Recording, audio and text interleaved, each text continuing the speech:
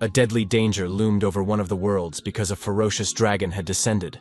In the entire underworld, only one person could stand up to the ancient creature.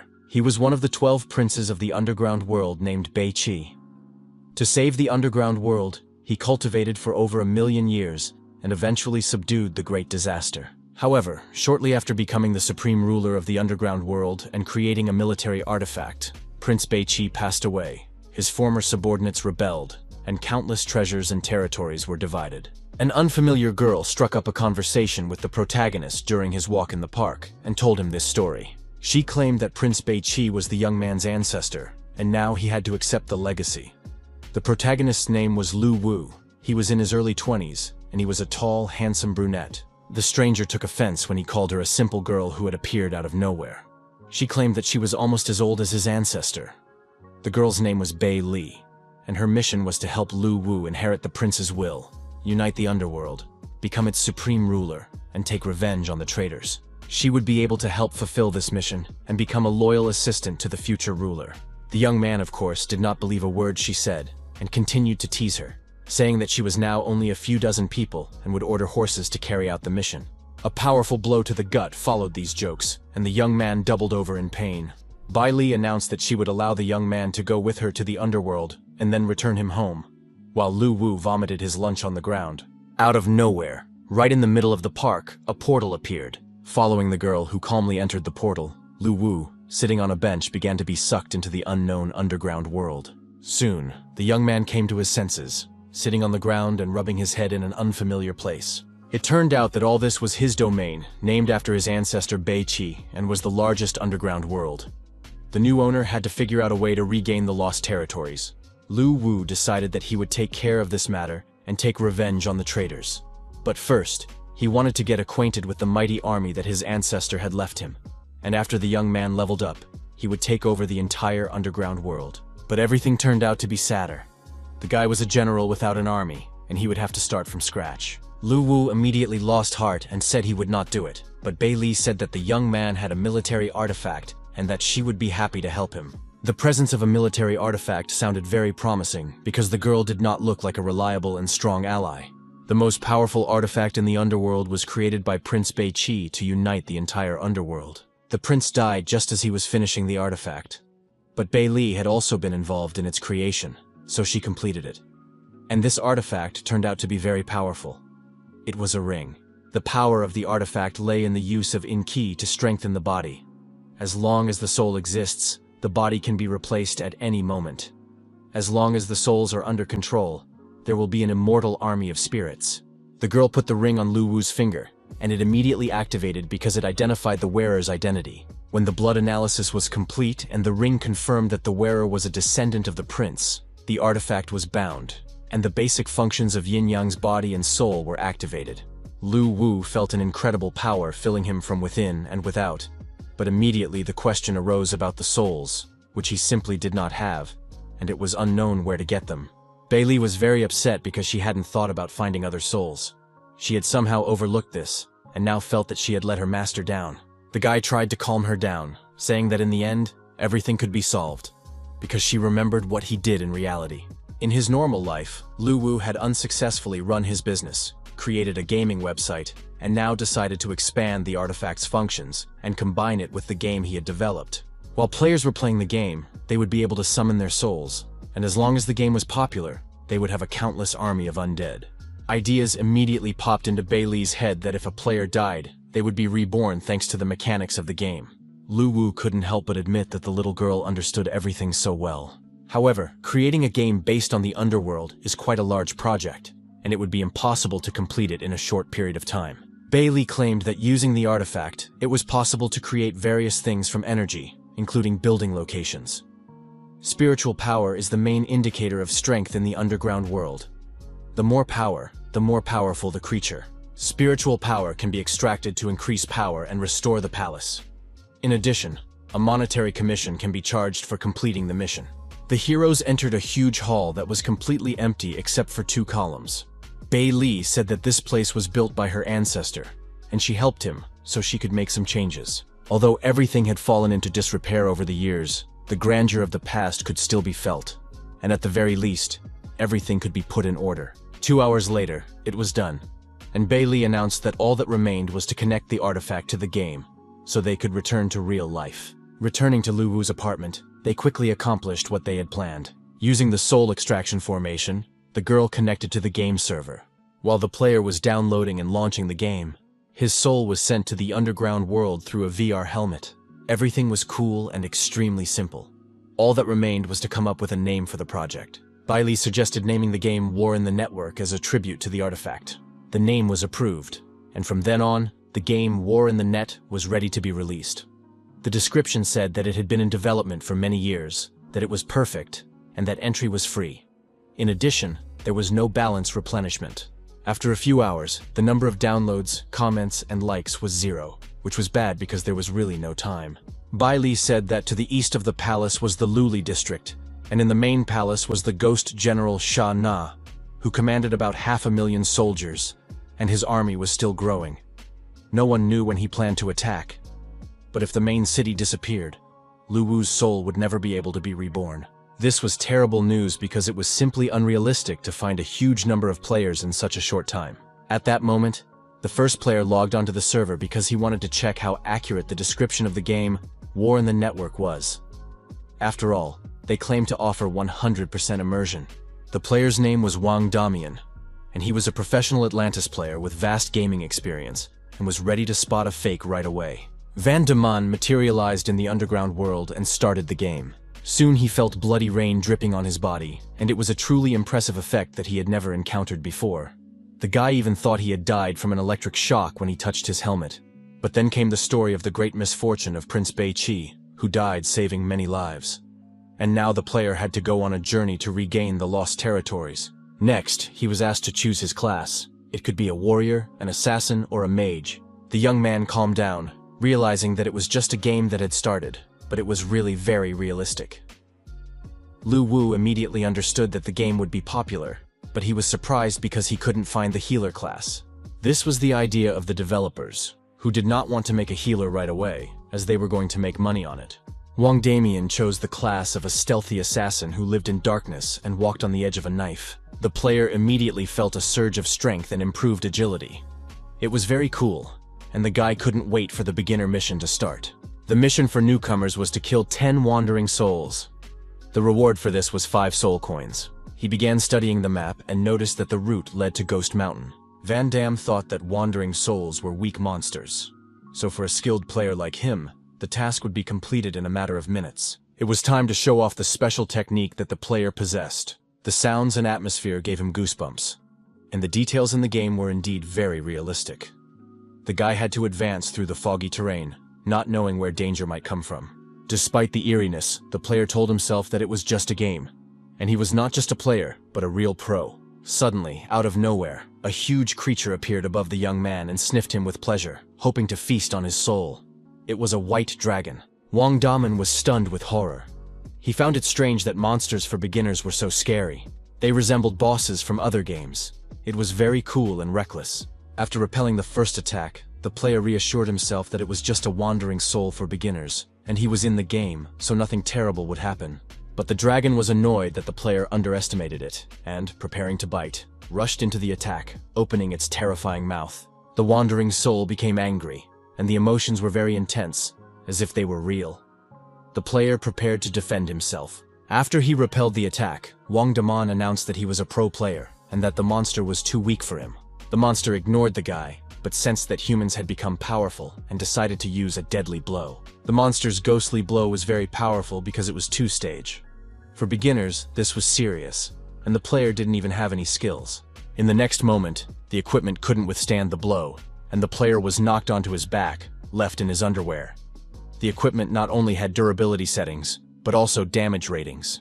The wandering soul had only a 2% difficulty rating, so Wang Damian saw no reason to be afraid, and hoped to land one precise blow to end the battle. The player, encouraging himself, rushed into the attack, intending to deliver a worthy final blow, a knife in his hands. But at the last moment, the young man tripped over a stone and fell flat on his face, left without any life energy.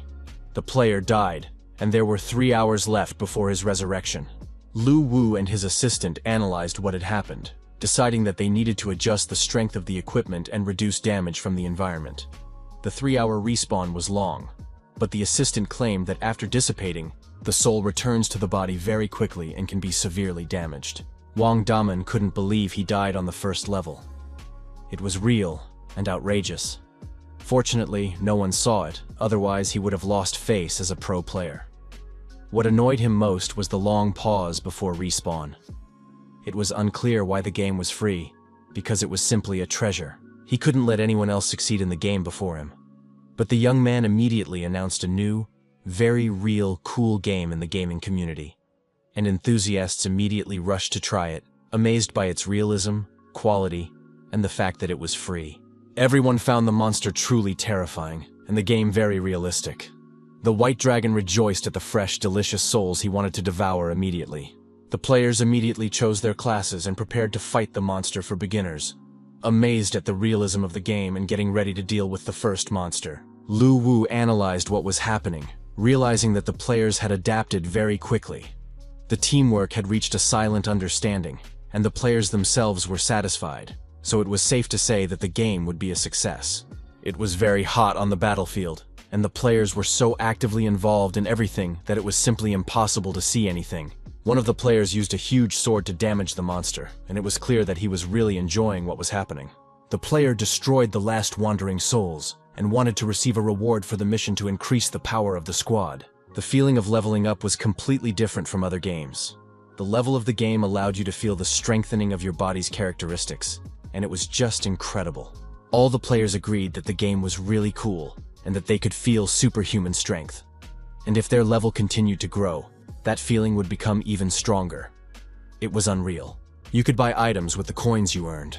At the first level, the items were pretty simple: a club, a healing potion, and a magic wand. The player bought an ogre club for 8 coins and was happy with his purchase. Having received a new weapon, he immediately felt stronger and announced that he would help other players clean up the souls in the village of newbies. The game developers continued to analyze the situation, estimating how many coins they would earn from the slain souls. In addition, a percentage would be charged for each purchase a player made in the store. The more they buy, the more the manufacturer gets.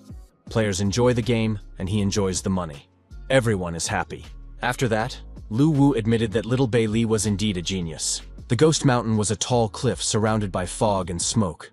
Above the mountain was a portal that constantly spewed lightning. At this level, the player had to kill an elite mob, the Evil Spirit, and all quest participants received additional coins. The players stood in anticipation, waiting to earn more coins in the mission, but they did not yet understand where to find this mob. But suddenly, the monster appeared before them and accused them of invading its territory, so now it was going to devour them. The Evil Spirit made a terrifying impression on the players. It was huge, with horns on its head, burning eyes, and enormous size. The most experienced player rushed into the attack. After analyzing the monster's behavior, the player urged the team not to skimp on healing potions, and to attack even at low levels. Lu Wu had doubts as he watched the game. Wasn't it too early for them to engage in battle with elite monsters? But Bei Li reassured him, saying that this group of players was stronger than expected, and low-level souls would not be able to stop them. Therefore, it was necessary to give the players a new incentive. Besides, this elite monster would drop a useful item. She was clearly enjoying what was happening and didn't want to reveal all her plans in advance. By that time, the Evil Spirit had already been practically defeated by this team of players. Its health was almost at 0. However, the players themselves were terribly exhausted and had run out of potions. They had almost destroyed the villain, but they were just a little bit short. The Evil Spirit could almost feel that he had won. Even though he had only one horn left, strength was gradually returning to his mighty body. Suddenly, Wang Damian, who had been sitting out the game for 3 hours, burst onto the scene, accusing his friends of trying to farm monsters without him. The player announced that he had arrived at the most critical moment to save his friends and delivered a hidden blow to the Evil Spirit's back. The blow proved fatal, and the villain was defeated. The players leveled up and felt a surge of strength and increased abilities. After defeating the monster, the game offered an elite item. This item turned out to be a small bead called the Ghostly Sphere, which could be sold in the store for 28 coins. The players did so immediately, and then set off on a new mission. Lu Wu himself ate the bead, although he did not understand why it was necessary. The taste was rather strange, and then his body seemed to light up, and the guy felt warm and comfortable. With the help of the bead, he strengthened and improved his body. Bai Li claimed that even though he was a direct descendant of Prince Bai Qi, his physique was ordinary, and such artifacts needed to be used to improve the heir's body. The young man was beginning to believe in what was happening. He liked the feeling of power and decided to try to attract more players so that he could avenge his ancestor and unite the underground world as soon as possible. After 12 hours of play, the players received a notification that they had to log out. This upset the guys, who were ready to continue playing and extend their time, even buying more. Lu Wu didn't understand why the girl had programmed a forced exit from the game, because there were many tasks created for beginners, and they had plenty to do. Bai Li insisted that it was necessary because their bodies were in the real world, while their souls entered the underground world. If the players stayed in the game longer, their bodies might not be able to withstand it. This was important for their further development. The completely exhausted and weakened player argued that there was no point in living if it was impossible to play War in the Net, and there was nothing in the real world but agonizing waiting. The next day, the players met in a cafe to discuss forming a team for the game. They had now abandoned all their previous games, realizing the potential of War in the Net. The first players had a big advantage. In addition, they wanted to donate, but they couldn't find a way. This showed that the creator of the game was indeed not short of money. There weren't enough soul coins in the game. You had to save them up first, and then spend them on additional purchases. One thing bothered Lu Wu. He searched through a bunch of websites but couldn't find a single advertisement for this game. This suggested that the creator really did have a lot of money. At that time, the game's creators were poor and ate steamed noodles while sitting on the floor, hoping for better conditions in the future. Lu Wu reassured the girl that soon they would have more players and would be able to afford other food and all kinds of delicacies. The young man believed that gaming companies made money from donations, so he suggested introducing this system into his game. But Bai Li was against it because coins in War in the Network are quite rare, and players have to work hard to get them. The main thing was to find a way to expand the audience so that more people would play. The young man was worried because he didn't have money for advertising, and a platform with high traffic was unavailable. After another bout of tantrums and tears from the girl, Lu Wu had an idea. He suggested joining a gaming event he had read about yesterday. It was a competition for the best new product, and the grand prize for first place was advertising on the platform's main page. What's more, the event was completely free. The partners quickly filled out the application and sent it to the platform's head office for review. Mu Qinshui, the platform's chief critic, was very skeptical about yet another trash game he had just tested. The next game in line was War on the Net. The critic immediately realized that this was not trash, but high-quality fraud, but still decided to enter the game and review it.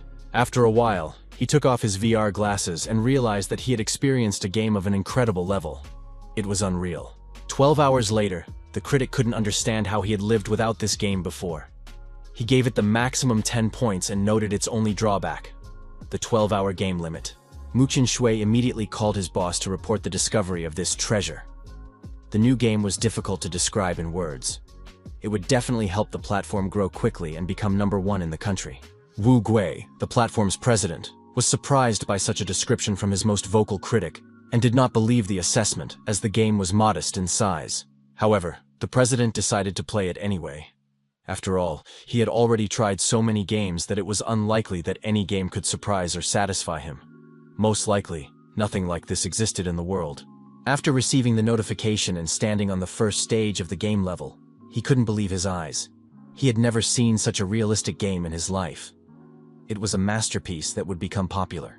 And the creators and producers of the game were still eating street food from paper plates. Bai Li cried bitter tears over another batch of carbohydrates because she didn't want to get fat, and they could only afford rice and pasta. Suddenly, a phone call rang that could change the future, as well as the couple's diet. It was the president of the platform himself, Mr. Wu, who wanted to discuss some issues with the owner of the game, War in the Network. The president had played the game for 12 hours straight, and if he hadn't been forced to log out, he would have continued. Now he wanted to contact the owner and gain control of the game. Lu Wu confirmed the possibility of a meeting and was ready to come to the company's office, but a surprise awaited him. The president of the platform personally arrived in a state-of-the-art car to intercept the game owner and prevent competitors from getting there first. Wu Gui got out of the car and introduced himself, causing the young man and his girlfriend to have a nervous breakdown. The platform president invited the young man to step aside for an important conversation. Lu Wu agreed but couldn't leave his younger sister, who hadn't finished her breakfast yet. Wu Gui immediately decided to appease the child and suggested moving to another place where they could find better food. Everyone has their weaknesses, so the plate of rice was left alone and the whole company went to another place. This place turned out to be the best restaurant.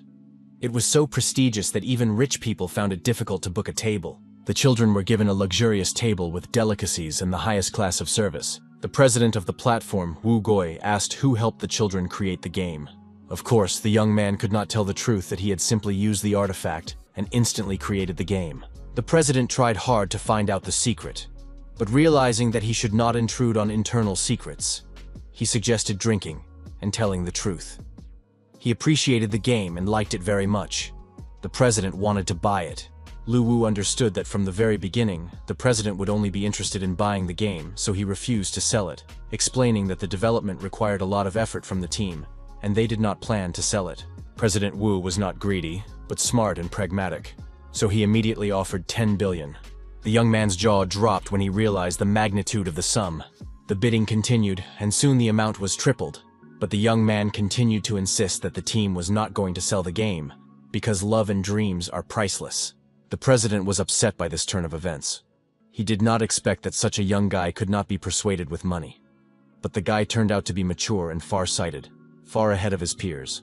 Then Wu offered to pay 100 million a year if the game was published only on his platform. The young man understood that the offer was very tempting, but he had promised Bei Li to avenge his ancestor and unite the world, so the number of players was crucial for him. If he accepted Wu Gui's offer, the growth of the audience would be limited. Therefore, Lu Wu rejected the offer but agreed to cooperate with the platform for 2 months on the condition that the game would be featured on the main page. The president was shocked by the guy's business approach. It was more difficult to deal with him because he took the initiative in negotiations. However, Wu Gui was confident that the game would be a hit, and regardless of the results of the competition, he offered a bonus. A graphics demonstration, which was the most expensive method of promotion and guaranteed to attract many new players. Lu Wu liked the offer, as the graphics demonstration was indeed an excellent method. Thus, the agreement was approved, and the men raised their glasses to a successful collaboration. After Bei Li had eaten her fill, it was decided to return to Lu Wu's apartment and continue working on the game. Previously, the prince had commanded 3 ghost kings and 10 ghost generals. After his death, the world was divided into 13 regions. Their territory was in the east, and the nearest one belonged to the ghostly general Sha Na. This general was a terrifying monster, capable of invading at any moment once the main city fell. The young man suggested striking first, and making the return of the territory from Sha Na's hands the primary mission. The young man also suggested that the minimum level for starting the main mission should be 15. Otherwise, the players would not be able to cope even with the ghost soldiers, let alone form a large-scale fighting force. Of course, NPCs can significantly improve the quality of the game. They are easy to create with an artifact, but how can NPCs be given intelligence so that they can act autonomously? Bei Li took on this task. She believed that the underground world was a place for living beings. It was possible to search for those who were born in the underground world and had not yet developed spiritual intelligence, and then use an artifact to reorganize their souls and give them new memories. After death, creatures would be randomly reborn in the underworld, and players could receive quests to find newborn souls and turn them into NPCs. The more such creatures there were, the greater the power. Collecting souls became a permanent task. It was necessary to find the initial souls born in random places and sell them in the store for 100 coins. Lu Wu used the artifact and made sure that the charm of the game was reflected in the computer graphics, attracting the attention of players. Bei Li suggested making a high-quality trailer that would shock players. The young man already had an idea and reassured his partner, saying that they did not need to hire a professional team and spend money on creating graphics. The world, from rivers and mountain peaks to flowers, was realistic. They just needed to use the artifact. Lu Wu used the artifact to gather and restore the former glory. The game's graphics were completely updated before our eyes and became perfect, attracting the attention of all players. After creating the real world of the game, it was time to focus on the main character. Soon, Lu Wu presented Prince Bei Qi in all his glory. A huge, muscular, handsome man with skulls, horns, and weapons. In short, with all the usual triggers. Bei Li was delighted with how quickly her partner had learned to control the artifact, and was amazed at the coincidence of the prince's appearance. However, the form could not last long, and it was time to take action. The army and a huge number of monsters were already approaching. The huge black dragon addressed Prince Beiqi, believing that he was incapable of protecting the people and was going to destroy all the inhabitants. The prince replied that he was not afraid of empty words, and if the dragon wanted to fight, let him come against him. The warriors and soldiers were ready to follow their leader and win the battle. After the battle, the entire underground world was littered with mountains of corpses, over which ghostly soldiers rejoiced. Their leader, the ghost prince Beiqi, declared that he was bored as he was dealing with trifles. The black dragon admitted that he had underestimated his opponent and that Beiqi deserved the title of prince. However, the dragon had already exhausted his strength, and the battle was not yet over. He decided to destroy Beiqi. The dragon opened its mouth, and a powerful stream of fire rained down on the prince, who ignored the flames and remained standing. The prince was ready to sacrifice himself, knowing that he could not defeat the dragon. He wanted the underground world to belong to its inhabitants. A huge explosion took both opponents away. The ghostly souls realized they had won, but the prince was no longer with them, and they did not know whom to serve now. Soon their attention was drawn to the sounds of a baby crying, echoing throughout the underground world. They found a small newborn with a soul that had just come into being. The prince was dead. "Long live the new prince," announced one of the ghosts, and lifted the baby in his arms, showing him to the other warriors. An important meeting organized by President Wu Gui was taking place at the platform's headquarters. Suddenly the meeting was interrupted. Critic Mu Qinshui was a little late. He had been invited to the meeting by the president himself, even though he was a low-level manager and did not usually participate in such meetings. After all, it was Critic Mu who discovered the game War in the Network. Everyone present was told about the new game and given VR headsets. The president asked the critic to show the game trailer. Mu Qinshui had already downloaded the video, and the platform managers were able to evaluate the game. The reaction was simply incredible, from tears of happiness, joy, and emotion to cries of delight. The only desire that arose after viewing was to play the full version as soon as possible. Lu Wu received a phone call from manager Wu Gui, who did not expect the trailer to be ready so quickly. He said that the game had shocked everyone at the company. The graphics and sound effects were top-notch, but one thing was missing to make it perfect. He was referring to the atmospheric music that could be created by adding a high-quality soundtrack. Bailey agreed that they had indeed missed this point, and now needed to add some good music. But how could they do that if they weren't musicians? After all, creating thematic music would require hiring composers and paying a lot of money. Wu Gui didn't see a problem with this. The developers just needed to find a lyricist and a performer who could compose a beautiful soundtrack. Lu Wu decided it would be better to let players evaluate the game without music. That way they could play impartially and give an objective assessment. The platform president really liked this point of view because, from a realism standpoint, there really shouldn't be any music in the game, to make it feel like you're in an underground world. Wu Gui remembered that he wanted to show the guy the results of the game ratings. As a result, the game War in the Net received the maximum number of points and now occupied first place. Starting the next day, the rating was to be determined by the players, and War in the Net was officially launched on the platform. Lu Wu realized that it was time to create the first NPC, since the game would be officially presented and players would start rating it. Bailey recommended creating an NPC guide for beginners. Players could add their own thoughts and habits to it to enrich the game. The initial souls that players sold in the store could be used to create NPCs with souls and consciousness. This guide would not only guide players, but could even win fans among them. Lu Wu created a real heartthrob that absolutely all players will like. He will be able to attract female players, and they will bring their friends along. The NPC was endowed with a full soul. He was very strong and, as a conscious being, could even attack. But the creature approached the young man, bowed to him, and greeted him, saying that he was glad to meet the descendant of Prince Beiqi. The young man did not argue, and agreed to carry on the prince's will, and to use the help of all his subordinates. The guide promised to do everything possible to help fulfill Prince Beiqi's last will. Lu Wu summoned the artifact to instill a new personality and sense of responsibility. Once players reach level 20, they can pay 50 coins to create a guild. At this point, preparations for the game's launch were complete, and all that remained was to wait for the players. At the Tenlong Game Studio office, they eagerly awaited the results of the game voting.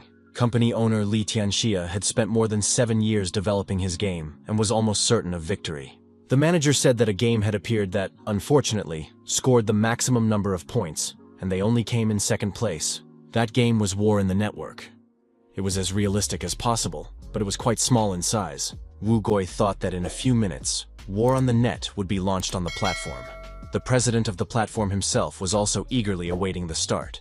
He received a call from his colleague at Tenlong, who was furious that some unknown game had surpassed him in the rankings. Li Tengxia might have accepted losing to a well-known game, but what had happened simply did not make sense to him. Instead of explaining, Wu Gui advised him to install War in the network and try playing it himself. Li had no intention of wasting his time on such nonsense, as he had plenty of other things to do. However, human nature is curious, and soon the man decided to try it himself and see how interesting the game was. All the preliminary reviews were very positive, and critics gave it the highest ratings. It was obvious to Li that the developers had paid a lot of money for such reviews. Li Tengxia put on his helmet and, full of skepticism, immersed himself in the game. The underground world was very noisy today. Players wanted to start the game and didn't know which class to choose. According to the comments, the game was truly amazing, so a huge number of newbies lined up to get started. Tianxia was amazed by the realism of the technology. He dreamed of meeting the creators, realizing that they were truly talented. But soon his thoughts were interrupted by the voice of an old acquaintance. The president of the platform, Wu Gui, entered the game himself and suggested that his friend not stand there rooted to the spot, but quickly go hunting for monsters before they disappeared. Li Tengxia was stunned when he saw the monster, as well as Wu Gui, who was already racking up points. It wasn't fair. After all, he had just said on the phone that he had an important meeting and couldn't talk anymore, but then he went to play. Wu Gui suggested they hurry up and let Li deliver the final blow. Li didn't need to be asked twice. He drew his sword and rushed towards the monstrous creature, intending to destroy it and earn points. But at the last moment, the player was knocked back by a shield before he could deliver the final blow. A complete stranger with an axe in his hand smashed the monster's head, delivering the final blow. It was just a nightmare. No one had ever treated a player so despicably before. He realized that in this game, you had to act quickly and decisively. But before he could do anything, another player's sharp knife slit his throat. The game announced that he had been killed in the process, and now the resurrection and cooldown had begun. Li Tengxia was amazed by the game, even though he was an experienced developer himself. He also realized that not only he, but also Wu had been kicked out of the game in the same way. The number of players was growing rapidly and breaking all records. Moreover, even after dying in the game, some people still waited for resurrection and did not leave completely. It turned out that the game was really gaining momentum. Although it was still far from perfect, it was necessary to figure out how to attract even more players. It was known that General Shah had a huge army of soldiers and could soon invade the underground ghost world. Until then, it was necessary to attract as many new users as possible and form our own army. Once again, the president of the platform called the young man, complaining that he had been killed by some insignificant player during the game. He stated that he was not going to put up with this and immediately offered the young man money to buy himself extra lives. Lu Wu replied that this was not possible at this stage, but in the future, players would be able to earn coins for killing monsters. The young man currently only had 100 coins for personal use, and he offered to give them to the president as a gesture of friendship.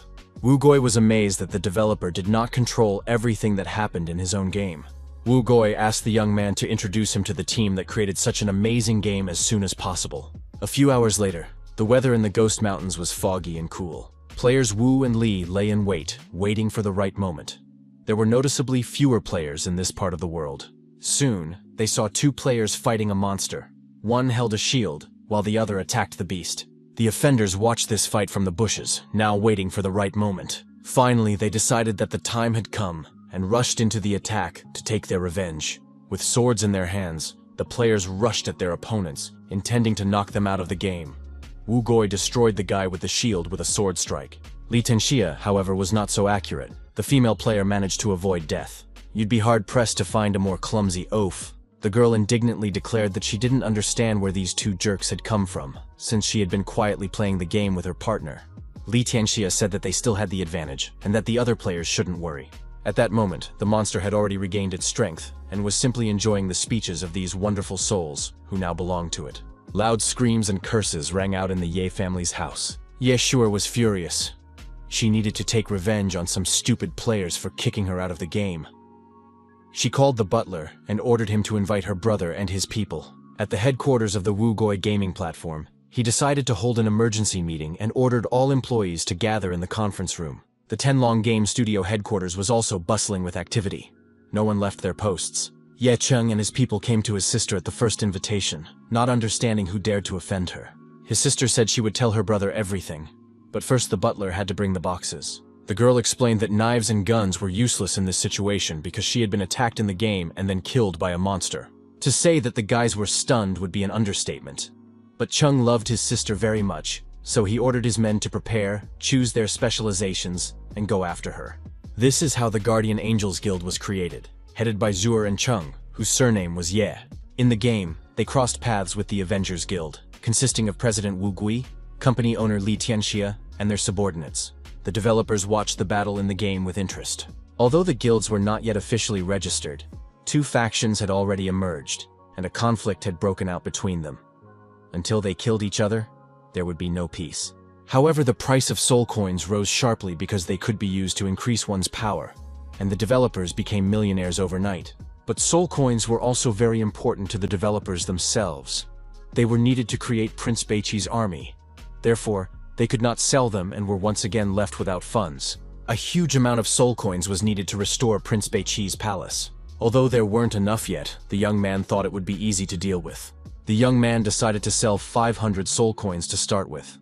To this end, he intended to use a combat artifact to pass himself off as an ordinary player. The young man chose to specialize as a mage. Initially, the mage was not particularly strong and, apart from chi energy, had no special skills. But Lu Wu had no intention of fighting. He just wanted to sell coins. The mage had enormous potential. As soon as the palace was restored, he would have access to a multitude of techniques and tricks. If a section for acquiring skills was added to the shop, the player's strength would grow not by the day, but by the hour. Then the current mage would surely reveal his potential. The young man took the form of a huge flying magical kite, received the player's coordinates, and set off for the meeting. Bailey noted with satisfaction that the young man was already confidently using the combat artifact. A few minutes later, somewhere far away in the mountains, in a gorge, there were shouts and arguments between the players. Suddenly, a stranger appeared among them and said that he was looking for Zuer and wanted to exchange coins with her. The girl came out to meet him. She wanted to know who he was and why he was looking for her. He explained that he had soul coins that he was willing to sell to her. Zuer was very skeptical of the young man's words, because he belonged to the class of mages, the weakest type of players. The girl couldn't believe that this stranger had as many as 500 coins, but she was extremely pleased to hear the news. She immediately figured out where he could have gotten them. It all seemed extremely suspicious. The mage decided to place the coins in the transaction column and offered her to see for herself. Seeing the number of soul coins with her own eyes, Zuer felt truly happy and confirmed the purchase. She instructed her accountant to transfer the required amount, already thinking about what she would spend the coins on. Lu Wu was amazed at how little money meant to these people and how easily they could trust strangers. When asked where he got so many coins, the young man said that he had been very lucky in his soul collection task and had been able to get all the souls and exchange them quickly. The accountant announced that the money transfer was complete, and the young man could check his account balance. Bei Li whispered to him that the money had arrived and he had not been deceived. The magician announced that he would not check because they had trusted him, and he, in turn, had also trusted them and transferred all the coins to Zuer. After that, he thanked them for their cooperation and said that he would contact them again next time if new coins appeared. The girls were very impressed by this behavior because the magician received a huge sum and did not even bother to double-check. Maybe he was too rich, but their thoughts and dreams about a rich and charismatic guy were interrupted by the news that players from another team were lying in wait. These were not representatives of the Avengers Guild, but elite mobs. The elite mobs were demons on wolves. They were a truly terrifying bunch and had come to find out who dared to invade their territory. Lu Wu finally treated his girlfriend to a feast, buying all her favorite delicacies, because now they had a lot of money and could afford it. The young man said that when he left the ghost world, Zuer's team was attacked by ghost soldiers. These horsemen were led by Shana. The young man was struck by the size of his army, but it turned out that as the number of players increased, so did the number of enemies. This was very good, and players needed to be given the task of exploring General Shana's territory. This would make players understand how things really stood, and encourage them to spend soul coins on their upgrades. Lu Wu immediately activated the combat artifact and set the access level for the task to no lower than rank 15. If weaker players went there, they would die immediately. High-rank players had no choice but to accept this quest, and there they would be able to fight the ghosts. Since players constantly respawn, they are ideal for exploring the lands. Once enough information was obtained from them, a further strategy could be developed. There were many players in the Ghost World who tried to divide themselves among the guilds. They begged for their applications to be accepted and guaranteed to earn a lot of money. The Great Dragons Guild, led by Wang Damana, accepted all willing players, but preferably those with high levels. A player with the nickname Blade in the Soul approached the guide to get information about General Sha Na. The guide said that the prince of these lands, Bei Qi, had raised the general, but he had betrayed him. The general now had about 500 soldiers who had captured the Luli area. If you went there on a reconnaissance mission, it would be best to take care of your own safety. The Great Dragons Guild immediately decided to go on this mission. They planned to easily deal with the general's ghost warriors.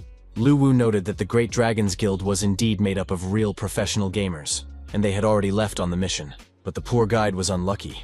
He was surrounded by female fans who showered him with compliments, trying to find out what he liked to do in his free time. It's great that the guide is so popular, but it's time to create a new NPC who will be a mysterious merchant wandering the lands of Bei Qi. Lu Wu will move him around randomly, and gamers will be able to buy rare items that are not available in the store. This will increase the enjoyment of the game.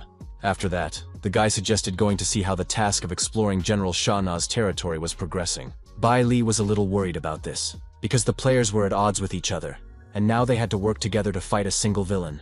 The young man reassured her, saying that all these issues would be resolved very soon. A camp of demonic horsemen had been set up at the junction of the Luli and Hades regions. Several players used stealth techniques to conduct reconnaissance and discovered that there were a huge number of soldiers inside the camp. Alone, the humans would not be able to defeat them. At that time, another guild that had appeared in the area was behaving very noisily, attracting the attention of the demon soldiers. It became clear that there was no time to escape, and that they would have to fight them in battle. And death would be heroic. The battle began. The players fought desperately and killed the mobs quite well. Half an hour later, all the high-level players were still able to fight. Although they suffered losses, the battle continued. The players were unable to cope, and it became clear that the Great Dragons Guild would not survive. Perhaps it was too early to take on such quests. If they kept losing, all their enthusiasm would disappear. At that moment, the Guardian Angels Guild, which had bought new equipment, approached the battlefield. Zuer had specifically exchanged soul coins for equipment, looked gorgeous, and was ready to lead her guys into battle. The Avengers also showed up, but it was strange because they were enemies with the Guardian Angels. Bai Li was pleasantly surprised by this fact. Lu Wu watched the proceedings with satisfaction. He was as confident and calm as his ancestor. The guild leaders agreed to deal with their enemies first, and then resolve their issues among themselves. The battle continued with renewed vigor because two new guilds had joined the fray. Everyone wanted to punish the villains as soon as possible. Reinforcements were in place, and now the gamers were easily killing their enemies. Bai Li said that, judging by all appearances, someone was watching the young man. The demon commander nicknamed Madman joined the battle. Once he was killed, the other warriors would automatically disappear. Zuer and her guild rushed into the attack without knowing who they were dealing with and paid for it with their lives, because the enemy was much stronger and beheaded the girl. Chung was furious when he saw what had happened to his sister. He called on all players to avenge her death. Players from all sides attacked the demon commander. They no longer cared who got the points or who delivered the final blow. They were driven by revenge. The players realized that they first needed to behead the commander and then deal with the rest. But the enemy was incredibly powerful, and his blows damaged the players' weapons. The representatives of the Avengers Guild also decided to destroy the commander immediately, rather than waste their time on minor demons. The madman sat on a huge monstrous wolf, and was confident in his strength. Treating his opponents as if they were mere ants, he easily dealt with all the players who attacked him and repelled their attacks so strongly that pieces of their bodies flew in all directions. Even Lu Wu and Bai Li, who were watching the battle from their ambush, were hit. The young man realized that the gamers' camp had been completely destroyed with just one blow. He had clearly underestimated the power of the demon commander, since even the strongest group of players did not have enough strength to fight back. It turned out that the enemy could kill everyone. Perhaps it would be better for the players to explore other regions for now and avoid the territory of Liuli. Lu Wu created a screen recording feature that would help promote the game. Gamers would be able to post recorded videos, and people would learn about it. 3 days later, the exploration mission in the territory of Luli turned into a confrontation between 3 guilds. But thanks to this battle, the players gave up their hatred for each other and began to act together. The leaders of the 3 guilds even held a meeting and decided to unite to deal with the demon commander's camp. As a result, the price of soul coins rose again, and the screen recording feature increased the number of gamers. Due to the influx of new players, minor glitches were discovered. People tried to resort to hackers to quickly level up their characters. But they were disappointed. The game war in the net works from the human brain, and no hacks can help. The forum, where players shared their impressions, gave advice, and left useful information, was very helpful in the development of the game. Soon, a map was posted showing the distribution of monsters in different areas of the mountain range, drawn by hand. A gamer named Lo King used the screen recording function when developing the map. He hardly fought any monsters, but immediately started the game by exploring the world. Lo King's map featured areas that players were already familiar with. A player named One Hit One Kick had a very interesting fate. He used to work as a firefighter and lost his limbs while responding to a natural disaster, becoming disabled. He was very disappointed in life and in himself, and only after entering the game did he feel like a complete person again. When the man saw himself in reality and felt the presence of his limbs, these sensations were so real that he cried. It was wonderful. The game gave the man a zest for life and hope. Therefore, it was necessary to continue working on realism. Lu Wu decided that War in the Net did not necessarily have to be a game related only to wars. It could become quite thematic.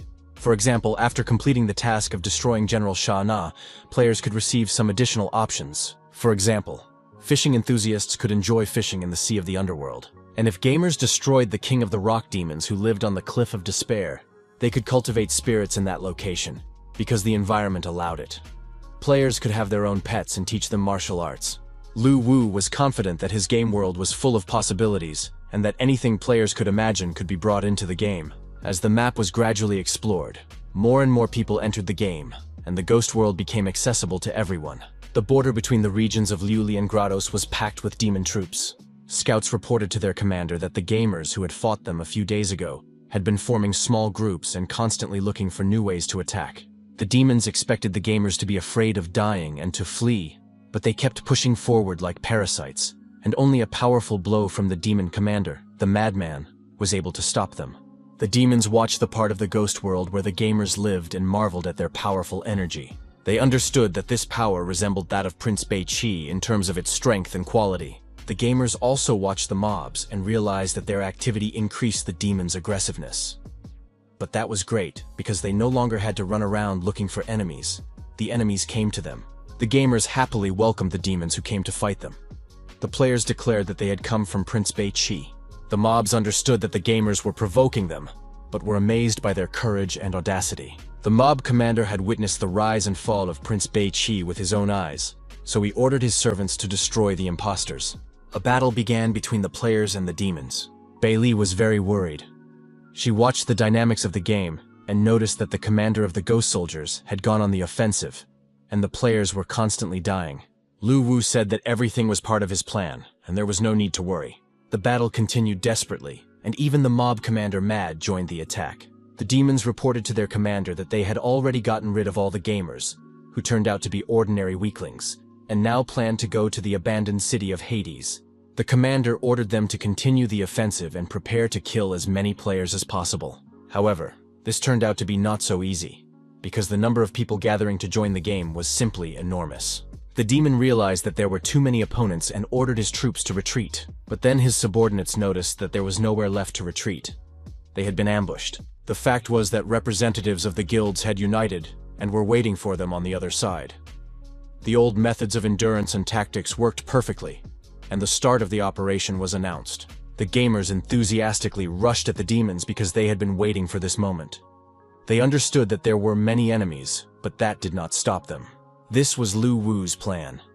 After losing the previous battle, the guild leaders met and developed a joint plan to confront the demon commander.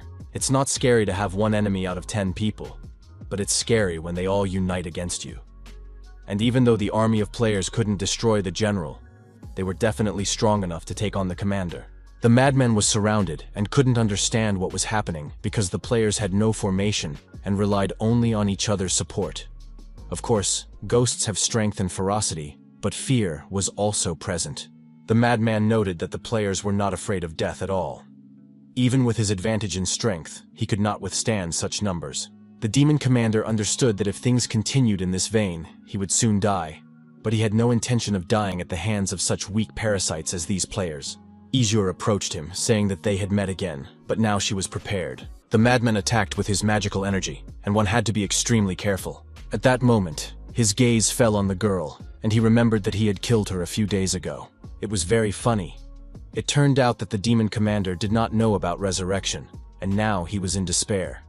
The players were not afraid of death, because in 3 hours, they could be resurrected. The players already felt their power and tried not to pressurize, but on the contrary, to enjoy the battle and gain experience. The madman directed powerful energy from his eye, trying to harm the people in any way he could. This energy again led to a powerful explosion, and huge rocks and pieces of soil scattered across the playing field. At about the same moment, a notification came that the mission had been completed due to the killing of the demon commander, and his equipment was now available to high-level players. In addition, an accessory from the set of runic artifacts could be sold for 500 soul coins. The demon commander's equipment was immediately analyzed for value. Lu Wu did not understand what was happening, but the girl explained that she had created several hidden classes of artifacts that were used by the prince's fighters to create warriors. This artifact was called the Ninth Demon Energy, and with its help, it was possible to devise a plan for the runic warriors. Runic wars sounded very impressive, and the player's strength increased significantly after a fierce battle with the demon commander. Lu Wu hastened to learn about the talisman and the runic warrior, about which he had no information. A rune warrior is the system name for a special warrior created by Bei Qi's first spell. To make it, the blacksmith had to smelt many materials. Although the process was complicated, the result in the form of the warrior's strength was impressive, and with the help of the combat artifact, it was possible to save on many procedures. Bei Li wanted to carefully study the rune and add the template to the artifact to create a hidden class of warriors. However, the girl did not know if a player who had received the talisman would ever appear and when he would admit it. It was unknown how quickly the player would put the talisman up for sale. It was a completely useless item for players, but it could fetch as much as 500 soul coins. The next day, a new quest was ready, which was to reveal the rune warrior, and Wang Damian enthusiastically took it on. But then he remembered that he was a representative of the assassin class, and therefore he urgently needed to become a berserker. All the berserkers had changed classes, and now it was unclear what would happen to the assassins. To gain supreme power, the berserker renounced his weapons and used himself as a vessel, carving the runes of heaven and earth that formed his body. His weapon became a glove with runes carved on it. Van Damme was simply happy. The power was very strong and explosive, shocking even its owner, the player. Death watched what was happening and was already close to the player. The attacks were affected by the defense and fell off the player like raindrops. In addition, he possessed tremendous speed, which gave him the advantage of rune. The first task was to demonstrate the rune warrior, and after completing it, Wang Damen was amazed at how cool and invincible the rune warrior was. His perception of warriors on the battlefield was completely overturned. The update soon added a new class, the Berserker Rune Warrior, as well as a new NPC class change instructor named Master Chu. The game was constantly evolving and becoming more and more attractive to players. Rune Warriors turned out to be a very successful idea. Bai Li had no intention of stopping and began studying mage transfers. She planned to release 3 new directions in the near future. The clan curse system was good for control and destroying states. The demon system was effective when losing, and the soul monster system was useful in every formation. Bai Li still hadn't figured out the assassins. She needed additional material to change and create new professions.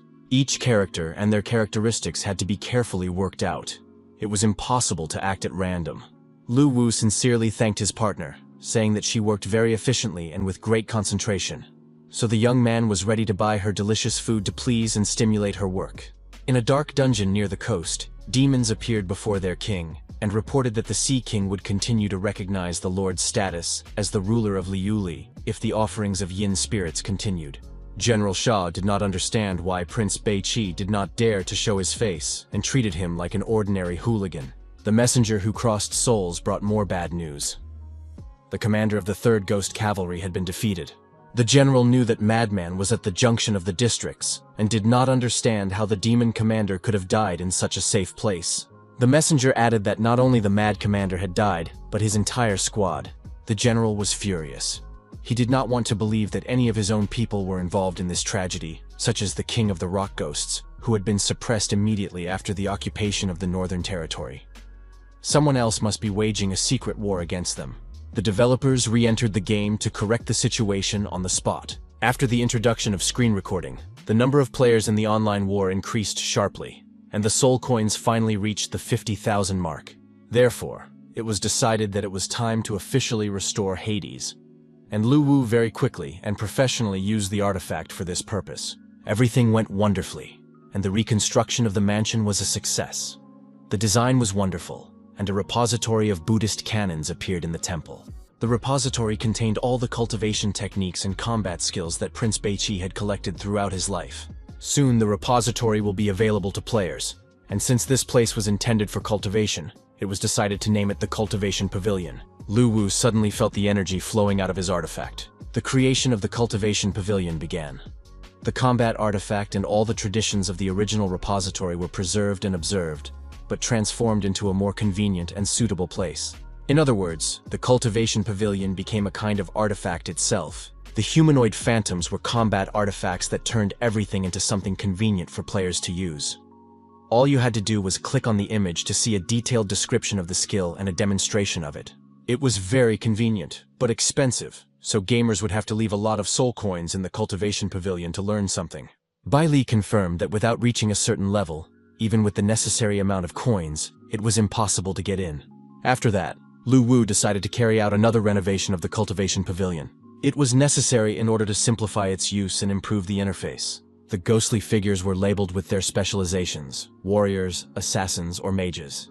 Then the 3 main zones were divided into 5 more levels of cultivation, from primary to royal level. The royal cultivation level became the most powerful and beautiful, and was only accessible to highly skilled players. Since there were so many players, parallel spaces were developed to accommodate a large number of players at the same time.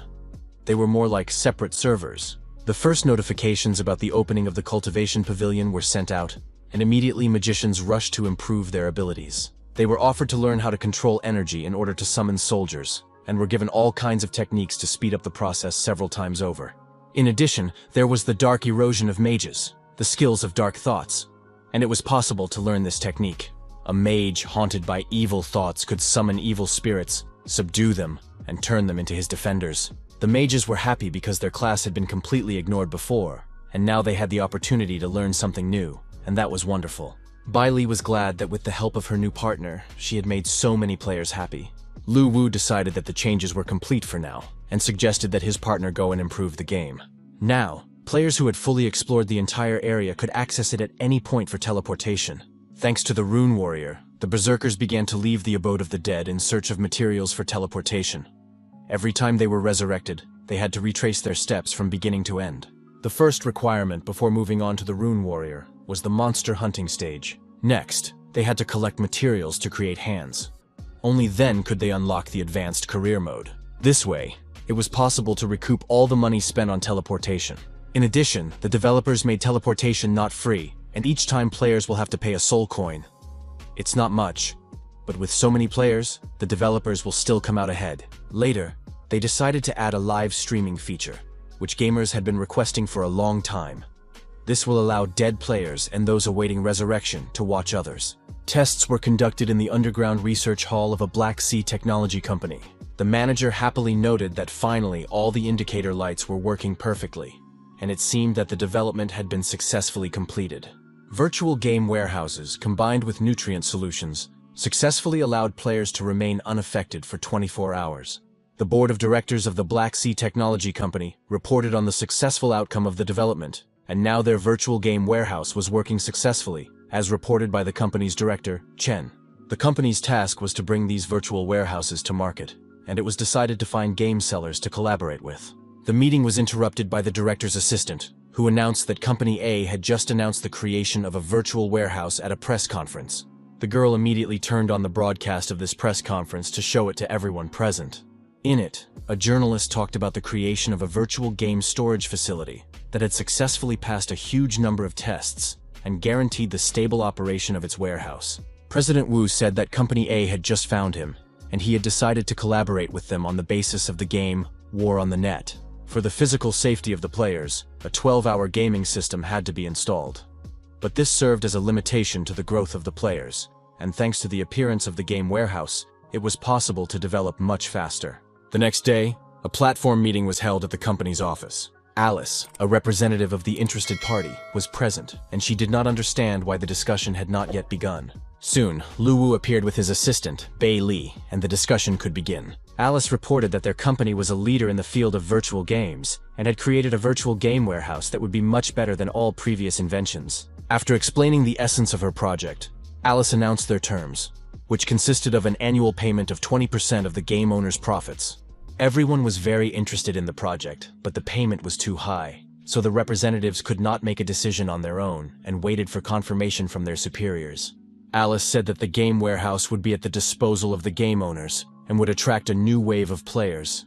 Developers would enjoy themselves and earn a lot of money. Lu Wu immediately stated that he was refusing this project, and now Alice wanted to know which company he was from, as he might simply not have understood what she was telling him. President Wu tried to slow down and explain to the young man that these were commercial negotiations, and if the terms of one side were not satisfactory, they could be discussed and possibly changed. Lu Wu stated that he would not change the specifics of the game, which he had developed so long and carefully, making it completely realistic. The presence of a warehouse was unfair to the game, and so he left the meeting. At this time, one of the players in the game decided to tame a corpse wolf, and the young man watched with interest. The player believed he was close to success and wanted to reduce the wolf's health to a minimum.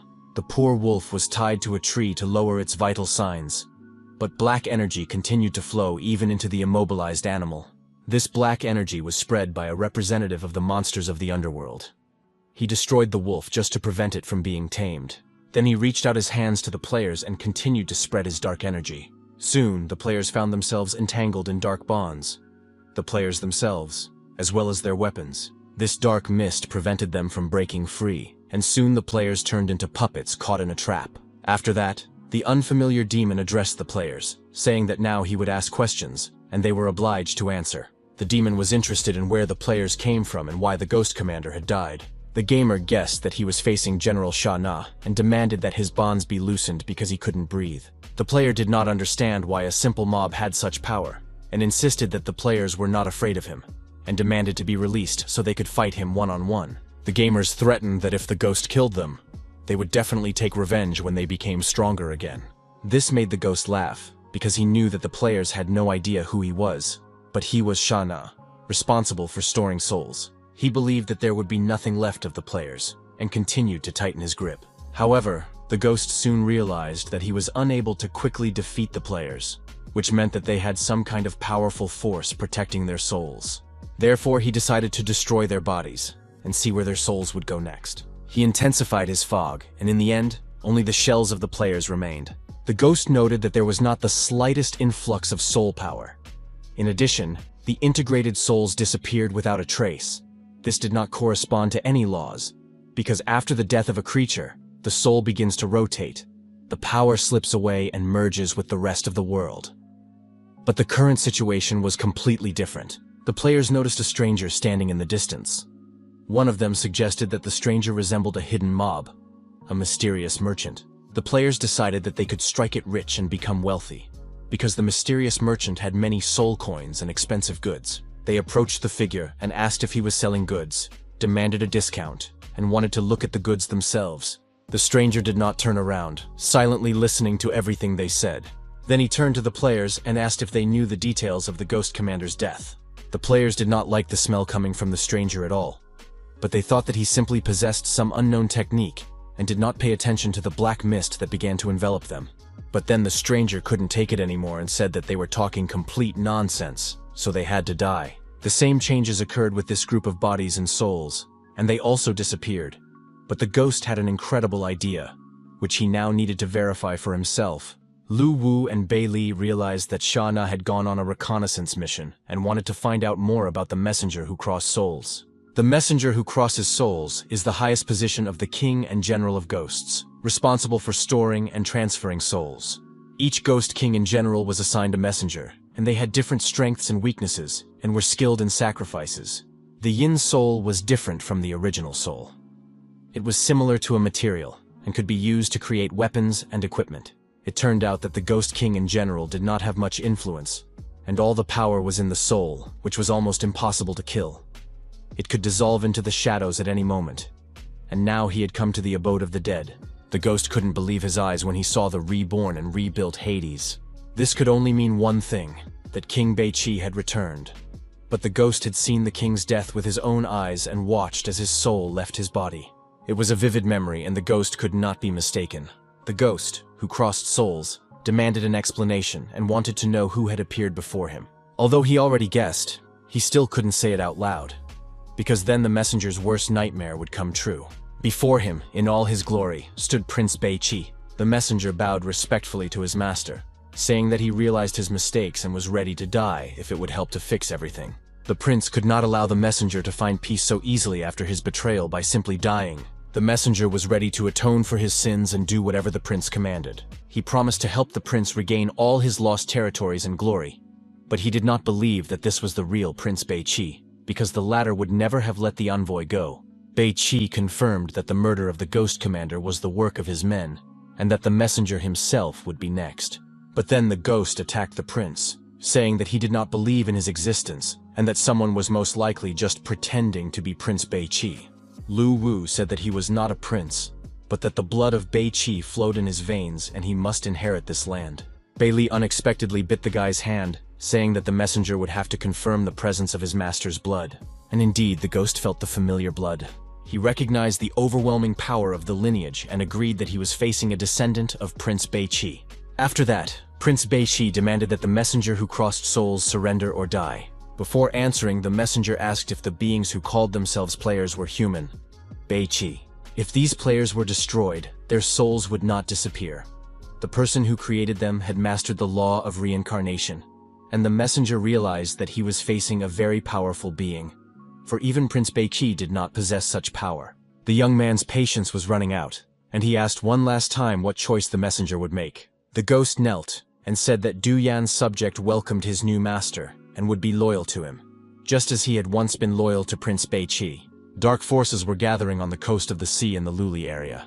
The ghost returned from reconnaissance and reported to the general. He found the remains of a tree demon in the camp and believed that it was he who, together with his people, had decided to encroach on this area and move General Sha Na. The general sent a messenger to the Sea King to confirm his agreement to make sacrifices, but it was necessary to simply wait until the general broke through the Ghost King's kingdom and captured the northern territory.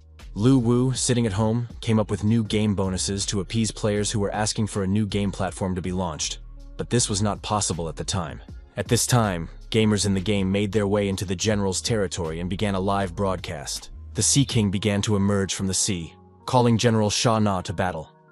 The players were amazed by the mere sight of the Sea King, Poseidon. Poseidon really did look impressive, and the players hoped to just stand aside and watch a real battle between mobs. Poseidon continued to shout at the top of his lungs, calling on General Sha Na to come out and respond. The general personally appeared before the Sea King, not understanding why he was making such a fuss and what he wanted. The huge, ferocious general demanded that the Sea King not get carried away. The situation was such that the villains themselves were confused and did not understand what was going on between them and why they were so fierce towards each other, while someone else was just pitting them against each other. The general accused Poseidon of invading his territory without permission and daring to look him in the face. Poseidon called the general a nobody compared to Prince Bei-Chi. The general promised to roast the Sea King and get rid of all his assistants. Poseidon warned that it was impossible to refuse his offer and was ready for battle. The general did not understand why the messenger did not confirm that Poseidon's terms had been accepted. A misunderstanding arose. The general tried to explain himself to the Sea King, but the latter no longer wanted to listen to him.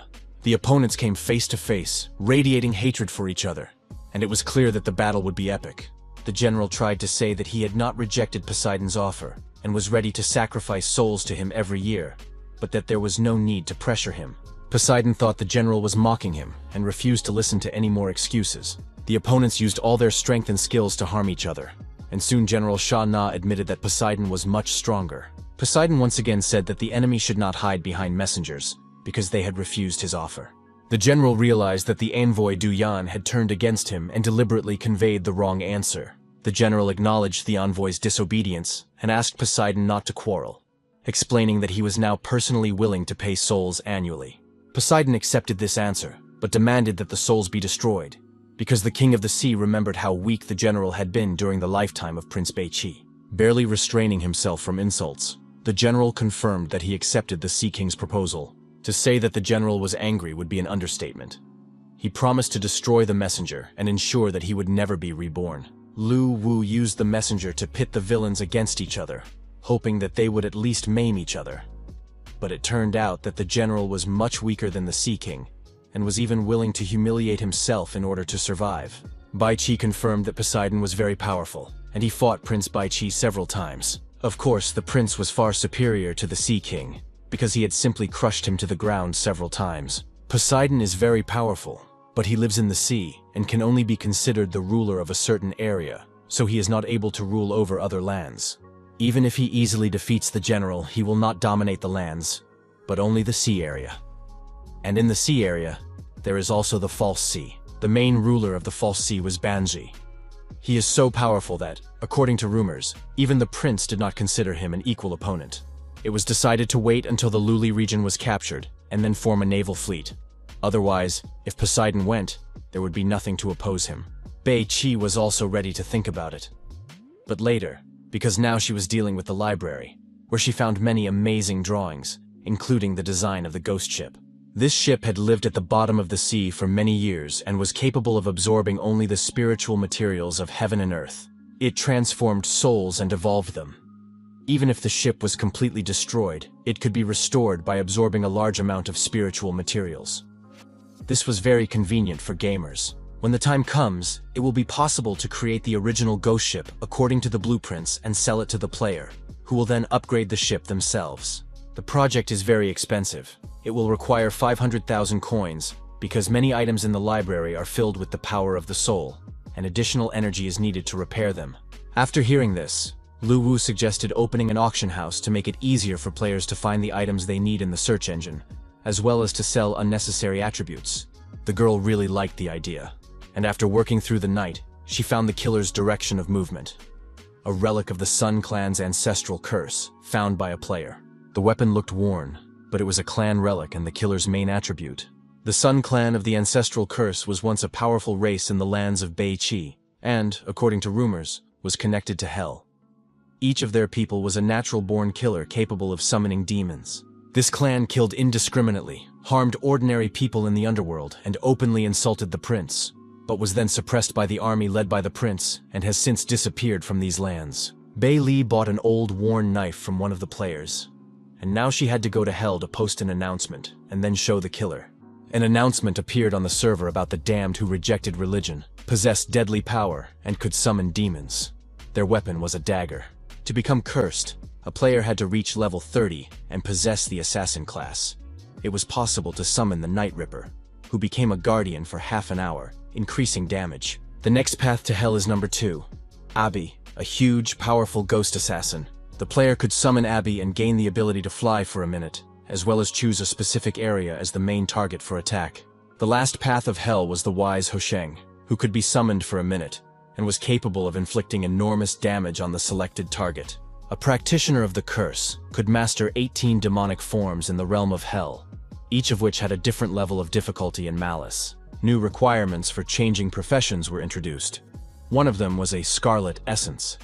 The minimum level of an assassin player had to be at least 30, and after accepting the task of changing professions, it was necessary to kill any monsters, including players, and collect a huge amount of blood essence to open the path to hell. Sources of cursed power were also developed. It was necessary to find them all and give them to a mob that could engrave the curse, after which the second stage was completed. The developers racked their brains over new options. Apart from the Night Ripper, assassin players were indifferent to other methods of advancement. At this stage, the profession change feature was already in full swing, while hidden features remained on the sidelines.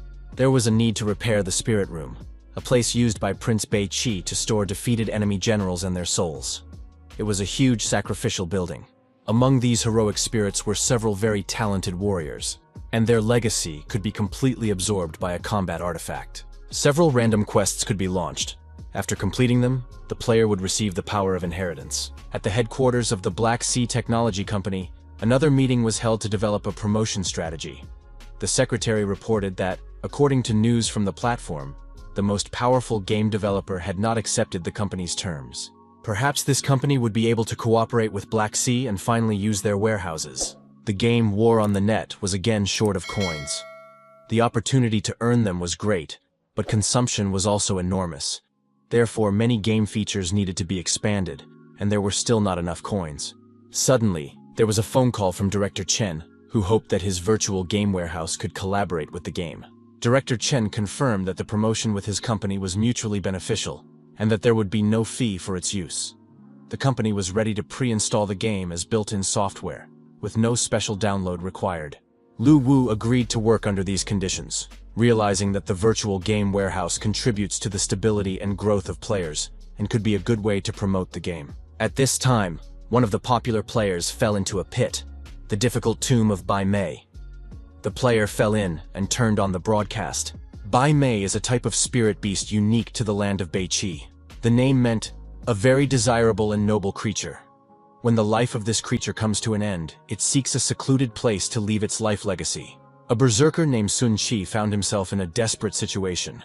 There were only smooth walls around him, and he couldn't get out. He even tried to kill himself, but the green light penetrating through the walls healed his wounds every time. Lu Wu, using the nickname Super VIP, wrote to the player, telling him not to waste his strength and to follow his advice. The player decided to take advantage of the help, as he had already run out of ideas. Sun Tzu cut his arm with a sharp sword, and bright red blood gushed out in a powerful stream. While the wounds were healing, the player put his hand against the stone wall. His palm seemed to stick to it, and the wall began to suck out the blood. The player realized that he could finally die. Suddenly, the ghost of the deer appeared in the grave where the player had fallen and saturated him with life energy. His health points rose again. A notification informed him that the player Sun Tzu had received a new specialization, Bai Mei. It was very impressive, and everyone envied him. Replays of his live stream made it to the top. In addition, Sun Tzu received the spiritual specialization of the beast Bai Mei. It looked quite funny, but had high professional characteristics, and its blood could heal. Changing professions in this way depended entirely on luck. Other players who wanted to change careers in a similar way could inherit it, but the probability was low. As a low-level player with no skills or money, he could only rely on fighting monsters to slowly improve his equipment. Now, everything was different. With this hidden profession, he could take his place among the high-class players, but soon fell into the trap set by the unlucky hunters. They thought they had caught a corpse wolf, and that would be the end of their troubles. Even when they realized that it was not a large wolf, but a dog, they still decided to tie it up. The dog continued to bark, trying to show that he was a player, but the bandits wanted him to be scared like a real cowardly animal. Bailey adjusted the game settings to instill fear in the animal. It worked perfectly. The dog began to bark with renewed vigor, realizing the danger. Manager Alice received information about the game, War on the Net, and its developer Lu Wu. The girl clearly understood what needed to be done. She was informed that the individual who refused to cooperate at the last press conference had signed a contract with the Black Sea Company. It was necessary to immediately block the game, War on the Net, on the gaming website, as well as in the country, and threaten other players with consequences if they refused to cooperate.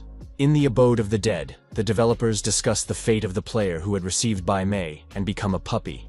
He was saved by an outside player who entered the game specifically for this purpose. But the young man sensed the approach of the Messenger of Souls, so the conversation about the puppy was postponed. Lu Wu took on the game appearance of Prince Beiqi and met with the messenger, who was happy to welcome the Lord.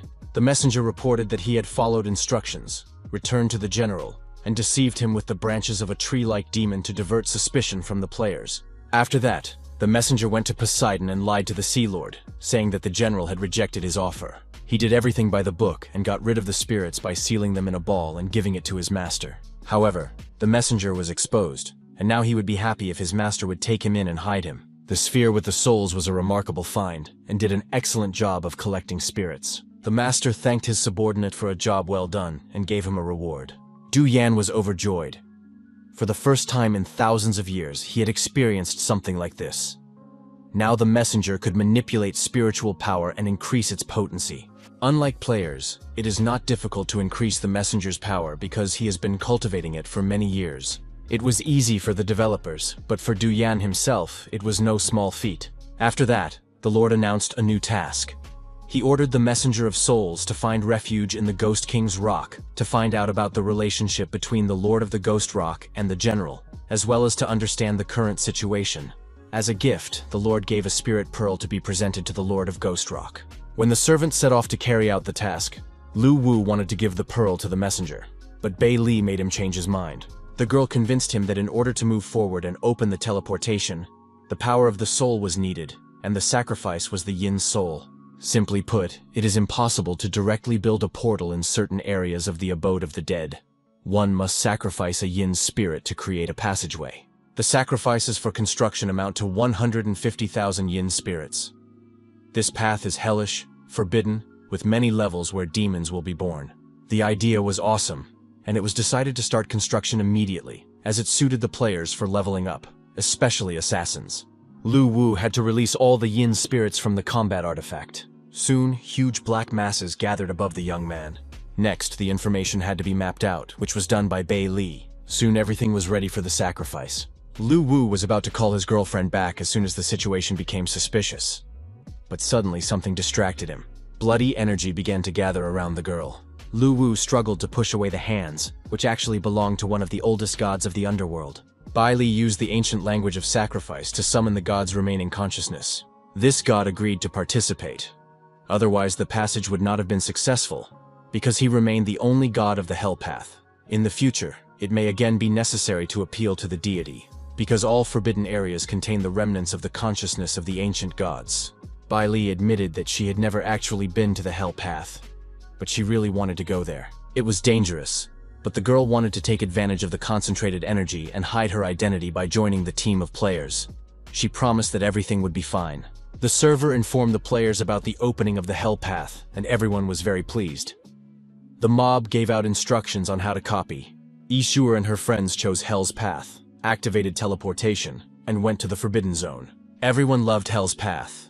It had a creepy atmosphere, but the girl announced that no one should touch anything and should look around carefully so as not to miss any valuable materials and treasures. The players happily explored the area, even though they paid for it with their blood, which spilled drop by drop. Behind the magma, a cave was visible, inside which treasure was most likely hidden. Inside the cave, the players continued to look around warily. It was hot outside and cold inside. As the head of the guild, Yishuer had to appear cheerful and brave, although in reality she was terrified. She tried not to give in to her fear so as not to lose her authority. A terrifying sound rang out, but it turned out to be her brother trying to open an unknown tomb. Her brother said he hoped to find treasures in the tombs. Soon, the whole group was busy breaking and destroying sarcophagi, but they found nothing. Everyone was exhausted and worn out. Bai Li, who had sneaked in with the players, decided to make a hinged lid and planned other changes. She got so carried away that she didn't notice the whole group had left. The players realized that it was impossible to get the treasure, and all they could do was remember the location and wait until they had enough strength to open the coffin. At that moment, one of the female players reported that she had found 3 stone altars. However, they were as solid as sarcophagi. One of the players suggested that the jug contained old wine, as was the case in his grandmother's village. At worst, it could contain the remains of ancestors. Zhuer ordered everyone to leave and wait until they had regained their strength, spending their time exploring other places so they could return here later. Bai Li knew that this was her chance, and while the players were gone, she could quietly open the stone altars. A few minutes later, Xuer's group found something interesting. The players saw other gamers, one of whom had a huge dragon egg, red and scaly. It became clear that they would have to deal with the first boss on this level, who would want to take the egg. The players ran as fast as they could, but the enraged dragon, burning everything with hellish flames, pursued them closely. The Guardian Angels Guild realized that they couldn't defeat the boss at this stage and rushed into the cave to hide. Unfortunately, the unfamiliar players with the dragon egg also rushed into the cave, and the dragon, unable to advance deeper, got stuck in the doorway. Zhuer decided to take action. She held a knife to the player's throat and demanded that he give her the dragon egg. The young man said that it was useless, since dragon eggs cannot be taken into personal space. Otherwise, the players would have done so long ago. But Zhuer refused to listen. She believed that the guy had gotten them into trouble by running up with the egg, so she stabbed him with a knife and began to examine the egg herself. The fire dragon was still outside, waiting to come out. In any case, death awaited them. But then the egg cracked, and a cute smiling little dragon flew out of it. It became Yishuer's personal pet. It was very cute and unusual, but the little dragon looked weak, and its cultivation seemed troublesome and time-consuming. The girl's heart was melted by hugs and kisses, and Zhuer agreed to raise the foster child to make him a good dragon. At this time, Lu Wu was busy creating a portal in his apartment, Soon, his assistant returned and announced that it was time for the dragon egg to appear. She participated in the game and used the combat artifact. The pets were still in their infant stage and didn't understand anything, so Bei Li was able to seal them with the artifact. Almost all of the pets were sealed, which caused some difficulties. The fire dragon was still at the beast spirit level, with an average rank. Lu Wu praised his assistant for the game updates and announced that he had set the cost of resurrecting pets at 30 coins, considering it an excellent way to make money. The girl was upset. Initially, they wanted to revive the prince and the entire region with the help of an army of players, but now conflicts between players were becoming more frequent. They needed to be united to create a single army. Lu Wu had also thought about this, but the players were different, and it was unrealistic to unite them completely. They needed something to rely on. So the guy developed a way to help them let off steam. The idea was to build a huge battlefield where all guilds could register to compete for guild power. The goal of the battle would be to capture the flag. A flag would be placed in the center of each city, and any guild controlling the city could convert the empty flag to their own. It was a kind of large-scale competition for power, which began with a siege in the early stages and ended with the defense of the city. At the end, the best guild would be chosen. Bai Li thought the idea was wonderful, but creating this entire competition would require a tremendous amount of energy from engineering structures, and it would take a long time. Lu Wu was happy to tell his partner that they had accumulated 200,000 soul coins, so they could start building the spirit room right away. Soon, the game announced the opening of new professions and research. However, the number of participants was limited. One of the new professions was Sun Arrow. The spirit room was full of different heroes, and Lu Wu wanted to choose someone else, but Bei Li insisted on the archer, who was a courtier of Prince Bei Qi. The Sun Archer was once number 1 at the prince's throne. His archery skills were the best in the whole country, and his strength almost reached that of the Ghost King. However, in the battle to destroy the clans, an order was given to attack Archer and kill him. The death of the Sun Archer greatly saddened the prince, and he became helpless. Later, the prince placed the archer's spirit in the spirit room, so that future generations would honor his heroic spirit. To use the greatest power, the player must master the essence. But since war in the net is the real world, archery was not available to everyone. Lu Wu used a combat artifact to build a training ground, begin trials, and select the 10 best players worthy of inheriting the heroic spirit. The next day, targets were set up on the training ground, and the number of applicants exceeded 25,000. In the first round, they had to shoot from a distance of 50 meters. Ye Cheng was one of the applicants. In the second round, the results were also almost perfect. The results of the third day amazed everyone. The hits were among the best. The young man took first place and realized that he was a true genius, although he had not realized it before. After the qualifying round, the player gained access to the attributes panel, where he could see detailed information about his career, undergo professional training, and become the heir to the first archer. The Sun Archer was obsessed with archery and trained for decades. Only after realizing the truth in his heart did he achieve enlightenment, prolong his life, and become the number 1 player. In addition to his bow and arrows, the archer possessed eagle eyes. His visual abilities were highly developed, and he could adjust the focus of his pupils. Each shot consumed 1 sun breath, as well as additional energy, which was restored every 3 seconds. The archer possessed the ability of solar dispersion, which allowed him to release several arrows at once, as well as a sliding step to dodge attacks. The arrow of destruction combined the solar power of the entire body. After reaching a higher level, it was possible to move on to the second stage of this profession. Ye Cheng changed professions and gained 3 skills, but he was still worried when he thought about it. The player prepared to shoot the bow, because he had successfully passed the selection and believed in his genius. However, after shooting all his arrows, Ye Cheng did not even hit the target once. Hitting the target proved impossible. The player failed completely. He realized the seriousness of the problem, and on top of that, he had run out of arrows. After much thought, the young man realized that changing careers is serious work, and if you don't have talent, you won't succeed. Now Ye Cheng was ready to return to his previous profession. It was hot in the Luli area of the underworld. General Shah was tearing his hair out and couldn't calm down. The envoy Du Yan had dared to betray him and forced him to humiliate himself before Poseidon. At that moment, a servant appeared and reported that there were complications with the messenger's capture. The ghostly messenger of souls informed the general that Du Yan had taken refuge in the rock of the Lord of Ghosts, dedicating all the yin spirits to him. This news greatly surprised the general, especially the information about the yin spirits. Du Yan had escaped, taking all of the general's yin spirits with him. The general had recently promised Poseidon that he would pay them, so the situation was dire. Poseidon and the Lord of the Ghost Rock were much stronger than the general. The ghostly messenger of souls suggested that the general change sides, as it was unsafe to remain here, and later a detailed plan of action could be drawn up. The general agreed that at this stage it was not a bad option, and almost the only one. But he was concerned about the fate of the Luli region. The ghostly messenger of souls reassured the Lord. When the general made his breakthrough, he would rule all the lands of Prince Beichi. The general also believed that this would be the case. All that remained was to wait 10 days. At that time, rain was pouring down on the city, washing away everything in its path. Two men under an umbrella discussed the situation in the game, talking about the guardian angel guilds and the dragon egg. A homeless man overheard their conversation. He rushed after the guys and asked where the fencer they had just been talking about was. The guys didn't want to talk to the dirty ragamuffin, so they said they were talking about the game War on the Net. After that, the stranger retreated. Lu Wu was developing new mobs to make the game more intense and interesting. He came up with a group of chefs, as well as an old man with a goatee who would teach players how to gather herbs for making poisons. The young man thought everything through very carefully, seeing this as the key to fulfilling Lord Beichi's last wish.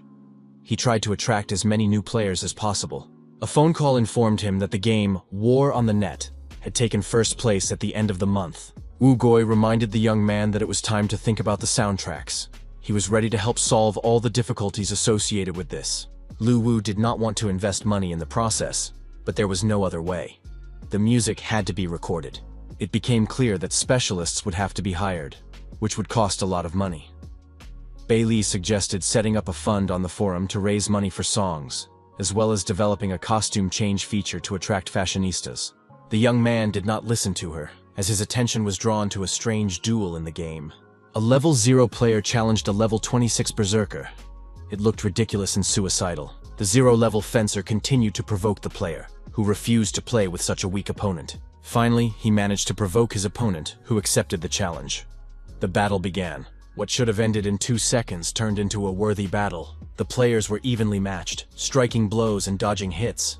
A player named Mu couldn't understand how this was possible. This weak fencer had just managed to land a dozen blows on him, while the other guy hadn't touched him once. The player realized that he was still alive thanks to his high level of skill and equipment. Initially, he had planned to spare his opponent and not use his skills, but now he decided to fight with all his might.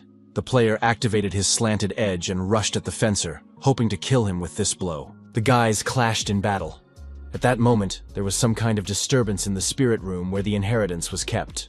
A few seconds later, the fencer received a notification that he had killed a player named Mu Junge, who had described his opponent as an ordinary and boring fighter. Soon, a congratulatory announcement appeared in the game that a player named Ao Jiang had grasped the heart of the sword and received the secret skill of 10 magic swords. This skill made it possible to compensate for a lack of talent with a sword that could be supplemented from 1 to 10. The developers watched with surprise as the 0-level fencer came to challenge the next lucky player. Bei Li knew that this player had inherited a heroic spirit, and she could use the connection between the heroic spirit and the combat artifact to see what was happening. On the border of the Dragon Kingdom, the battle was already coming to an end, and it was clear that one of the opponents was losing. The stranger said that a long time ago, in a duel with his father, he accidentally killed him. The player agreed that it was his fault, and now he understood the desire for revenge. However, the player's sword skills were still too poor, and even if he trained for many years, he would still be weak. The player said that he did not need talent for revenge, practiced fencing, and even abandoned his family because of it. Therefore, he would now kill his opponent. The player believed that his sword skills were still unstable and that if the battle continued, it would be the end of his life. Although the player was blinded by the sword, he had already fallen into madness. However, there was still time to reconsider. In the end, this battle ended with the death of his stubborn opponent. The young man looked into the past and realized that this man had a serious past. But now he was just a 0-level player with no special skills, so it was unclear how he had dealt with the berserker. The only assumption that could explain this was that this man had actually practiced. And since the underground world really existed, it turned out that his skills were sufficient. This information struck the young man, and he wondered why he had never seen cultivators before. Due to the era of decline, cultivators still exist, but they are very rare, and it is possible to live a lifetime without ever encountering them. Now they have appeared because of Prince Beiqi's life energy artifact. Lu Wu was glad that there weren't actually that many cultivators, because he didn't want to become their target. The girl reassured him and said that it was not a bad thing for them that cultivators were becoming players, because those who became players would never be enemies to Lu Wu. The soul of a player is already marked with the sign of a combat artifact, and if they betray him, the young man will be able to return their souls to the artifact to be erased. This was a very important point in the prince's plan, which he followed when creating the artifact to form an army of the undead, because he wanted to make sure that no one would dare betray him. It turned out that if the young man was successful, he could become practically the ruler of the world. Lu Wu unexpectedly asked his assistant about her past and whether she had participated in the development of the artifact, thereby gaining the complete trust of Prince Beiqi. The girl did not want to lie, but she did not want to tell the truth either. The young man sensed this and did not press her. This touched Bailey deeply, because no one had ever been so sensitive and gentle with her before. She promised that she would tell the young man the whole truth, and that her fate was now completely tied to him, even if the whole world turned against them. A collection of themed songs for the game was created.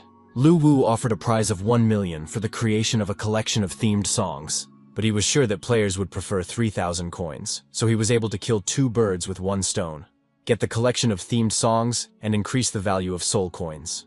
In the comments, users really hoped to receive soul coins in case of success. They were not interested in anything else. Music students gathered in the auditorium of the Music University. A student named Balloon wrote a song and asked his friends to help him improve it. The guys were very surprised by this request, because their friend had recently become obsessed with the game. But Loon confirmed that he had written the song specifically for the game he was playing. His classmates did not refuse him, and the song was recorded exactly as the musician had conceived it. Lu Wu continued to develop new characters and locations. He did this to the music coming from the tape recorder, which caught the attention of Bei Li, who highly praised it and offered to give her the grand prize. Somewhere far away in the mountains of Katsido, the player wandered into the mountains because his father, who was now a successful business magnate, had once ended up there completely by accident while testing a flight in a wingsuit. At the top of the mountain, his father met an outstanding man and, thanks to his advice, achieved everything in life. Gu Yu hoped to also meet this mysterious stranger, who, according to rumors, was already over 120 years old. The man greeted the young man, and it turned out that he was the famous Qiming. Of course, it was hard to believe that this man was over 100 years old. Qiming said that the sudden appearance of the young man's father many years ago had saved his life. Qiming said then that he would help twice, once when he made the man noble and rich, and the second time now to his son. Gu Yu said that his father considered him untalented, and that he only played games, and that he had come here so that the master could help him discover the truth. The master immediately noted that the young man's character was different from his father's, and that if he inherited the family business, he would surely lose it. The master promised to use the 5 ghosts luck technique to pray for the young man and increase his wealth. Under the protection of the 5 ghosts, the young man's financial luck would flourish, and now the master decided to fulfill this wish so that there would be no more worries in his heart. Suddenly, huge powerful energy flows rushed in, and the master summoned all the energy. The young man realized that his father wasn't just telling stories to trick him. He was truly a master who knew how to use supernatural powers. Qiming summoned the 5 ghosts of fortune. A huge dragon from the first level of the game appeared before the young man. He was terrified, realizing that he was facing spirits from the game. Could it be that Master Qiming was also a player of War in the Net? Qiming continued to summon the ghosts of fortune, ignoring Gu Yu. The young man calmed down and now truly understood that he was surrounded by spirits from the game, which he and his team usually killed 10 of every day. Soon, the master announced that the spell was complete. After that, he said that his fate with the Gu family was complete, and that he would do nothing more for them when they next met. The young man was curious to know where the master had hidden the virtual projection equipment. The young man was sure that the master was trying to trick him by summoning spirits from the game, because the young Gu was having a great time playing it. Qiming sincerely did not understand what he was talking about, but the young man insisted that the master was pretending, and was himself an ordinary player of War in the Net. Qiming was shocked. In fact, he was the descendant of Devil's Luck, and the young man was just a mortal. The young man continued to talk incessantly about the game and the forum. He said that he went by the nickname Lone Invincible, and collected spirit coins every day. The master asked again, "What kind of game is this?" The young man's patience was running out. He was tired of repeating the same thing over and over. Gu Yu announced that their relationship was over, and that he needed to return to report to his father. while the master should continue to pretend. Left alone, Qiming thought about how he had hoped to go into seclusion for meditation after fulfilling the Gu family's second request, but now his state of mind had become unstable. At that moment, the head of the Gu family was playing when his secretary brought him the phone and said that his grandfather was calling. The call was from Qiming, who immediately began asking about the game War in the Network. The man replied to his grandfather that he had checked the name. It was a normal virtual game, but it felt very realistic. Something incredible happened. The grandfather, who had left the secular world, contacted the man himself, soon appeared at his place, and asked him to prepare a copy of the game. A long time ago, the man's grandfather left this world and everyone thought he had died. But then he reappeared when his father was already old and his grandfather was still young, which shocked everyone. Only then did everyone realize that the grandfather had indeed become a hermit, and it was with his help that the man was able to build a large business. He had lived in seclusion all these years, and now he was ready to return for the sake of some game. Nonsense. A few days passed, and Bailey's attention was drawn to a cultivator who had recently registered in the game. Lu Wu was worried. People who could travel between the underground world and the real world should not meet with players, otherwise the truth would be revealed. But the girl believed that only immortal beings could travel between the real world and the underworld. In real life, this is practically impossible. Immortal souls are long gone and will never return. They ascended to heaven, and with the depletion of spiritual power in the human world, it is impossible for a strong person to exist. The abode of the dead, the underworld, looked very real. Qiming was amazed by what he saw. The game was created in the image of the real underworld. He studied the pavilion for improvement, where there were the skills of magicians, ghost mountains, and a dark strongman from an illustrated reference book. Before putting on the VR helmet, Qiming could not understand what kind of power was capable of creating this entire world. Master Qiming decided to try the game himself and immerse himself in it completely. He instructed his son to check on the owner behind War in the Net. Qiming wanted to know the truth about him. 3 days later, his grandson reported that the owner of the game was an ordinary person with no special past. There was almost no information about the development team, and such strict secrecy seemed strange. They found out everything they could. His grandson sent people to follow the developers, but his grandfather said there was no need. He announced to his grandson that he was ending the investigation because he did not understand what kind of secrets he was investigating. Qiming saw the warrior of darkness, whom he was able to summon, albeit not completely, and bring things from the underworld into the real world. Qiming said that he had learned how to use the summoning of dark warriors in the game, and now he could release them into the real world. Ordinary people cannot use their skills from the game in real life, but a cultivator with a powerful soul can. It turned out that the skills in the game were real, and the owner of the game was just a cover. Behind him was a terrible cultivator. The power of the person behind it had reached the level of the underworld. He was able to travel between the underground and the real world, and could be considered immortal. Under no circumstances should such a powerful force be insulted. The man is glad that his grandfather was able to see through the whole thing. After that, his grandfather demanded to open an account to buy soul coins, and the image of the hermit master in his grandson's heart collapsed. Qiming found himself on Ghost Mountain, and could now say that he had gained a deep understanding of one important truth. Only by investing money can you level up in the game. You need to learn skills and buy equipment, spending money everywhere. And if you don't have any, how can you explore the game? Qiming turned to Dark Strongman on the forum. He had read that he knew how to blow things up. But then a stranger pushed the master aside, declaring that Dark Strongman was his prey. The man drew his sword and asked the mage in front of him if he wanted to die. Qiming immediately realized that the stranger was skilled with a sword, and had probably received a certain inheritance in this world.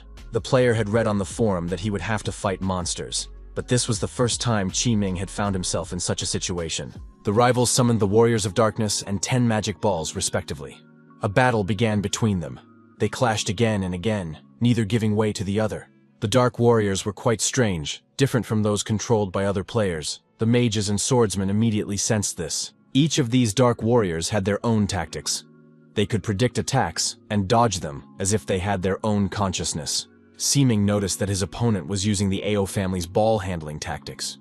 It turned out that they were both cultivators. The swordsman demanded that the Dark Strongman be given to him. But Qiming insisted that he had come first, and since they were both cultivators, there would be no winner or loser between them. However, at that moment, something unreal happened. As a result, the master's movements were completely blocked. He was distracted by the ball possession tactic and did not notice how the flying sword behind his back disappeared. That was the end of the grandfather's life. Resonant vibrations occurred in the spirit room. It seemed that another heir to the heroic soul had awakened. Most likely, this was due to the new cultivator, Chi Min. The awakened heir to the heroic soul remained unknown to everyone. In real life, preparations were underway for Valentine's Day. Lu Wu wanted to buy gifts for his girlfriend, but she was only thinking about food. In addition, only couples were wandering the streets, and this holiday was definitely not for singles. The young man decided to talk about work, and asked the girl how the soul had awakened, and what the subsequent development would be. Bailey said that the awakened legacy had disappeared again. More precisely, a player named Chi Ming was killed at the moment when the heir to the heroic soul had not yet fully awakened. The soul left the game, and the legacy was interrupted. Indeed, it could be said that this was bad luck. The player died just before he could obtain the heroic soul. But the girl was not upset, because sooner or later he would be able to awaken the legacy again by reappearing in the game after resurrection. Lu Wu thought for a moment and asked a question. If a player encounters a very powerful spirit in the underworld, can the combat artifact protect them so that their souls are not taken away? It turned out that the supreme law of the underground world of reincarnation is closely connected with a magical artifact. The girl couldn't say anything more specific yet, but she assured him that even the strongest spirit obeyed this law, and no one could go against the supreme law of reincarnation. Realizing that he couldn't get anything more out of the girl, Lu Wu suggested they go shopping, but suddenly Bai Li announced that they needed to return home urgently. Something very serious had happened. Lu Wu didn't understand what had happened, but he was sure that nothing good had happened. On the outskirts of the Liuli district, in one of the most deserted corners, there were very few players. It was all because of the holiday. All the lovers had gone to celebrate. The players argued that they weren't weaklings who ran around with girls, but that they devoted their entire lives to important things. As they were talking, they heard a strange sound. The guys froze and saw a huge army of ghost soldiers near the border. There was no end in sight to these troops. The players realized that they would have to rest because they were outnumbered. Now they could die and be kicked out of the game for 3 hours. Life is pain. General Sha Na asked his subordinates what living creatures they had encountered along the way, because he had never seen anything like them before. The ghostly messenger of souls informed his master that he had brought several living creatures, and that they could be questioned personally. The soul messenger warned that the creatures were very weak, most likely travelers, and General Sha Na asked them who they were and where they came from. The players stated that they were descendants of Prince Bei Qi and did not understand why they were being treated this way, since everyone in the game was on equal terms. The ghostly messenger of souls told them not to dare to be insolent to Lord Sha Na. After that, the messenger struck them, and they demanded to shut up that dog lover Sha Na and keep his dog on a leash. The general was shocked by such insolence. If he did not trust the messenger, he would have thought that he had deliberately brought such creatures to upset him. But now, the general simply gave the order to kill the stranger. It was very quiet in the abode of the dead. Few players had logged in today, and the general's army had suddenly appeared. It seemed that the abode of the dead was in great danger. Lu Wu reassured the girl, saying that he was already prepared for the invasion of Sha Na's army, and that there was no need to worry. The general ordered the ghostly messenger of souls to kill anyone he encountered in the abode of the dead, because now it was his territory, and there was no refuge for strangers here. Soon they heard that unexpected guests had appeared in the abode of the dead, and there were even more of them than the general's army. The ghostly messenger said that they might not return to the Luli region, and that these travelers, although superior in number, were in fact very weak. This battle could be won. The temporary commander-in-chief defending the abode of the dead was Wu Goi, who called on his supporters to kill the scoundrel General Sha Na. Lu Wu had previously posted on the forum about the general's invasion, but he did not think that so many people would join during the holiday, and that the commander-in-chief would be Wu's own brother. The players, led by Wu, prepared for the attack. The general's army was also ready. Soon, the ghost warriors realized that the players were indeed weak, and called for them all to be killed, leaving not a single one alive. The players understood that there were too many ghost warriors, and that they would have a hard time, but they continued to fight. The general understood that the strangers were indeed weak, but seeing their comrades die, he noticed that for some reason they did not lose their fighting spirit, but on the contrary became more insane and evil. It seemed that they were not afraid of death, and since they were not afraid, the most terrifying monster came out to meet them to satisfy their madness. The ghostly messenger of souls believed that these nobodies did not deserve to be killed by the general himself, and asked that this be conveyed to his subordinates. But General Sha Na decided to kill them himself, and thus reduce the army's losses, because there were so many players. Although they were weak, the ghost soldiers could suffer. The general rushed into the attack, and soon the players' camp was almost completely destroyed. Of course, in a head-on collision with the current strength of the players, it was impossible to defeat the general's army. In addition, Sha Na himself entered the battlefield. It seemed that everything related to the abode of the dead would be lost. However, it turned out that Lu Wu had a plan, and if everything went as he intended, reinforcements would arrive soon. After that, requests poured in from powerful players asking for permission to join the battle, and the young man allowed anyone who wanted to join. These were non-player characters who were originally created for entertainment, but in the end, they felt an incomparable hatred for the general and wanted to prove their loyalty to Prince Beiqi. The general had already tasted victory, and destroying ordinary players called them brats and weaklings. At that moment, the demon Lu stepped forward and addressed the players, saying that he would cover for them. The other NPCs followed suit, ready to stand up for their players. The players were stunned to see such support and decided to unite against the general. The general was unable to immediately identify the new participants in the battle and thought they were the same players he had killed before.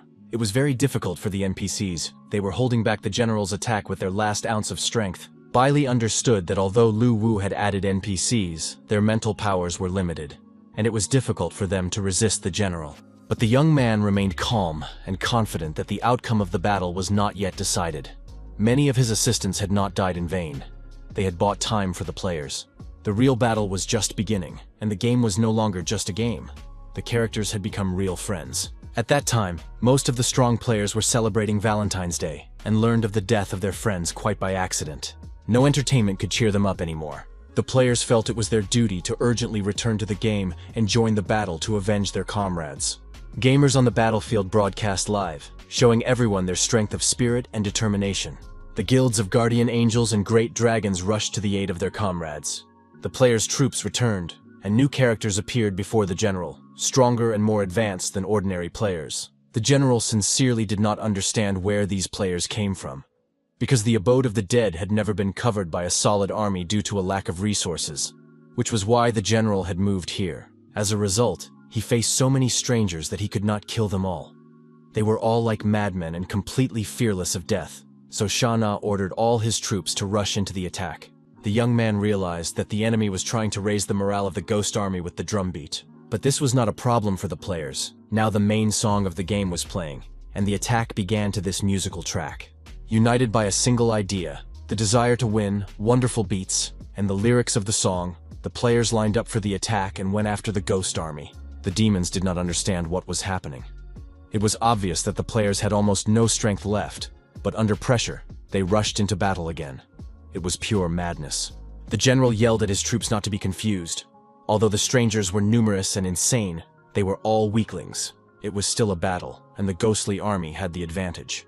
But suddenly, the general recognized some of the players and realized that the strangers had mastered the power of the path of hell and were supported by their ancestors. At that moment, one of the players said that he had spent a lot of money to buy soul coins, collect the necessary materials, and become the first rune knight in the game. And now the moment had come when he could demonstrate his power. General Sha Na immediately sensed the threat from the rune knight. The ordinary warriors realized that they were no match for him and ran away. The general was shocked. With each passing minute, more and more new players appeared, and he began to think that Prince Beiqi himself might soon appear on the battlefield. Qi Ming enjoyed what was happening. He did not think that at the twilight of his life he would see such a magnificent battle. The puppy did not stand aside either. He joined the mythical guild and was supposed to heal his comrades in arms. The puppy immediately healed all the wounded, and under the leadership of Wu Gui, the players launched another attack. 4 hours of terrible battle passed, and it became clear that the general's army could not hold out. The ghostly messenger of souls warned the lord that there were too many strangers, and the ghostly warriors began to lose confidence. After that, General Sha Na ordered his troops to retreat, and the sight of the fleeing demons genuinely surprised and shocked the players. It was approaching 8 o'clock, and the battle was already reaching the shores of the underworld sea. There was nowhere left to retreat. The players had no intention of giving up and continued to chase the monsters. The general sincerely did not understand how such a brutal people could exist. The monster expected that by killing some of the players, the rest would be terrified. He did not expect that, on the contrary, they would become even more enraged. It soon became clear that the players had caught up with the general, and he realized that he would not have provoked these madmen if he had only known their nature. The ghostly messenger of souls began to get nervous and demanded that her master come up with a plan quickly. But the general's plan was to abandon his army and flee alone, leaving even his loyal servants behind. The Rune Knight did not want to let the general escape and rushed into the attack. But the Rune Knight did not have enough strength, and in the next moment, the general killed him.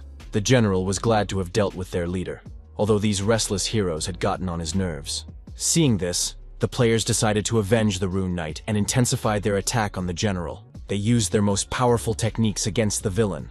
The monster continued to scream desperately that he would not die so easily. And indeed, there was a huge, powerful explosion that shook the entire underground world. When the smoke and fire cleared, the wounded general crawled on his belly, feeling his strength ebbing away.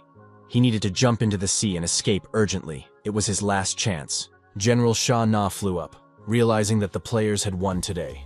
But he would definitely gather his strength and kill them all. The players knew that things were bad, and that the villain was escaping. The gamers thought there was no way to stop the villain, when suddenly a fiery arrow whistled over their heads. It was the moment of glory for the archer, who had been repeatedly laughed at. It seemed that the young man had hit the target, and now his destiny was clear. General Sha Na was his fate. Soon, the game gave a notification.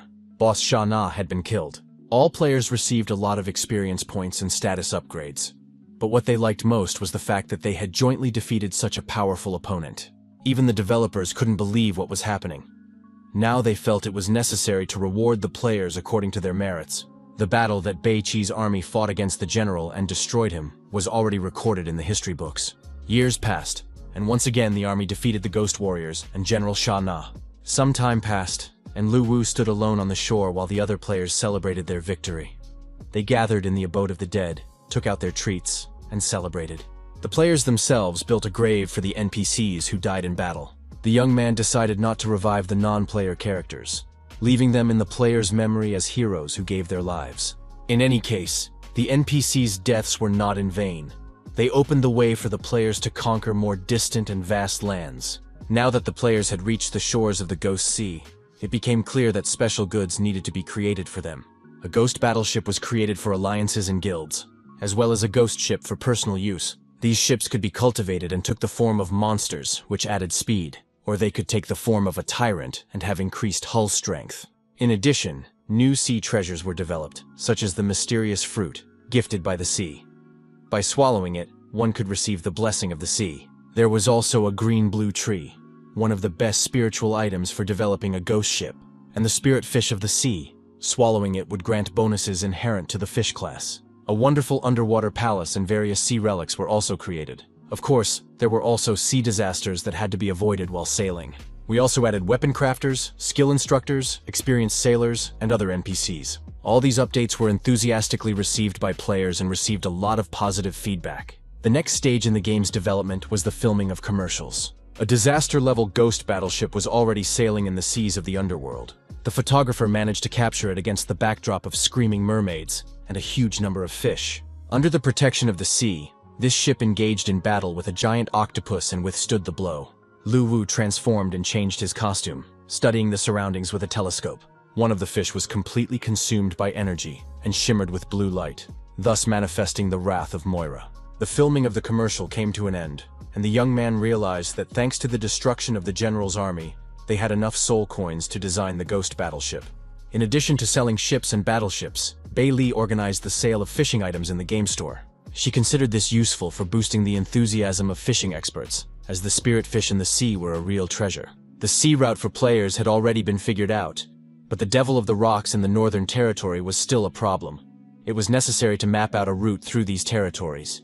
Bei Li watched the live broadcast from the shore, where one of the players was teaching the others how to build a ship without money. This was not a good thing. If the players learned how to build ships themselves, the company would go bankrupt. Therefore, Lu Wu decided to take a look at everything himself. And so it was. Live on air, one of the players built a boat and planned to set sail in it. At first glance, it seemed that this contraption would fall apart at any moment. However, 2 players went out to sea, and so far, everything was calm. But Lu Wu knew that there were many dangers in the sea on all sides, and the fruit could easily capsize. If that happened, the other players would realize how important it was to buy a ghost ship. The fishing was in full swing, and one player felt that he had caught something very large. After 5 hours of fishing, he was still struggling with the fish and couldn't pull it out. And just as Lu Wu was about to return to the real world, he heard the player shout. The fish was caught. It turned out to be a spirit fish called Hawthorn.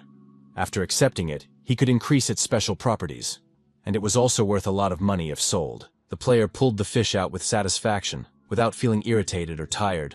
But then the fisherman felt that the sea had become completely calm, as if it had fallen silent. In the next moment, the huge lord of the Sea of Illusions named Tao Wu swallowed the fisherman along with the raft. It was unreal, even for the developers. They did not understand where the lord of the Sea of Illusions had suddenly appeared from. Bai Li was sure that it was really a coincidence, because Tao Wu lives tens of thousands of meters underwater all year round.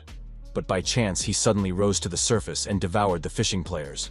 The player was lucky. When he was swallowed by the monster, he managed to grab a very valuable item in its stomach, the bone of a magical dragon, and now planned to sell it. The latest news was being discussed in the northern mountainous regions.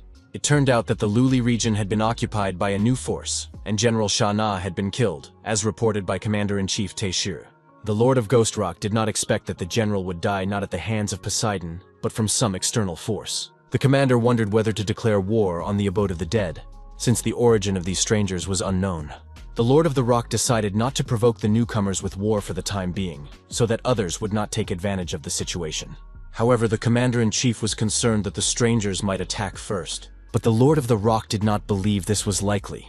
Who would dare to fight his army of tree demons on his territory? His army was truly powerful and terrifying. It was well camouflaged and left its opponents no chance. The Commander-in-Chief, trembling with fear before his superiors, agreed that no one in the northern territories would dare to oppose him. The Lord of the Rock interrupted his subordinate's flattery and asked, "How are things going with the Forest Spirits clan?" His patience had run out. The Commander-in-Chief reported that the Forest Spirits were stubborn and refused to obey, so it had been decided to attack and destroy them. A few days passed, and sales of the new ships, a battleship and a small vessel, broke all records. The naval power of the Beiqi army was gradually taking shape. Lu Wu decided that it was time to announce the mission to go to sea to the players, and the game sent out a notification about a special New Year's event with prizes. A fishing tournament was announced. To register, players had to find a pilot who was waiting for everyone on the shore. For each fish caught, players received a certain number of points. And whoever caught a fish of the spirit of the ocean, Space's level, immediately received the title of champion. On the second day, a New Year's treasure hunt was planned in the abode of the dead, in the Liuli area. Obtaining a New Year's star guaranteed a blue title and increased the character's speed. On the third day, significant discounts on items in the store were promised. The first two events were really difficult, but the third day with discounts brought everyone positive emotions. The players came up with the idea of replenishing their accounts, but Lu Wu did not want to introduce this feature, suggesting instead that they simply kill monsters and spend soul coins. Bailey noticed that something was happening in the underground world. Many clans began to head for the abode of the dead. Representatives of various clans gathered at the entrance to the Ghost Mountains. They tried to figure out what was going on. The Forest Spirit clan looked like ordinary people, but had the abilities to grow, heal, and protect. The players did not understand why this clan had come to the abode of the dead, since this was the territory of Beiqi's army. This surprised the representatives of the Forest Spirits. They knew that the prince's army had long been defeated and no longer existed. But one player was indignant and said that Prince Beiqi had 1,000,000 descendants and demanded that the strangers introduce themselves and explain why they had come. Outwardly, they still looked like humans, but they were alive. The stranger replied that they belonged to the Forest Spirit clan, which had been approved by Prince Beiqi himself as a clan of healers. After the prince's death, the Forest Spirit clan was locked up in the northern mountains, and the Lord of the Ghost Rock tried to use them. A few days ago, he decided to destroy the entire tribe. The players did not know whether to trust this representative of the Spirit clan, or whether he had been sent by the Lord of the Rock. Opinions were divided.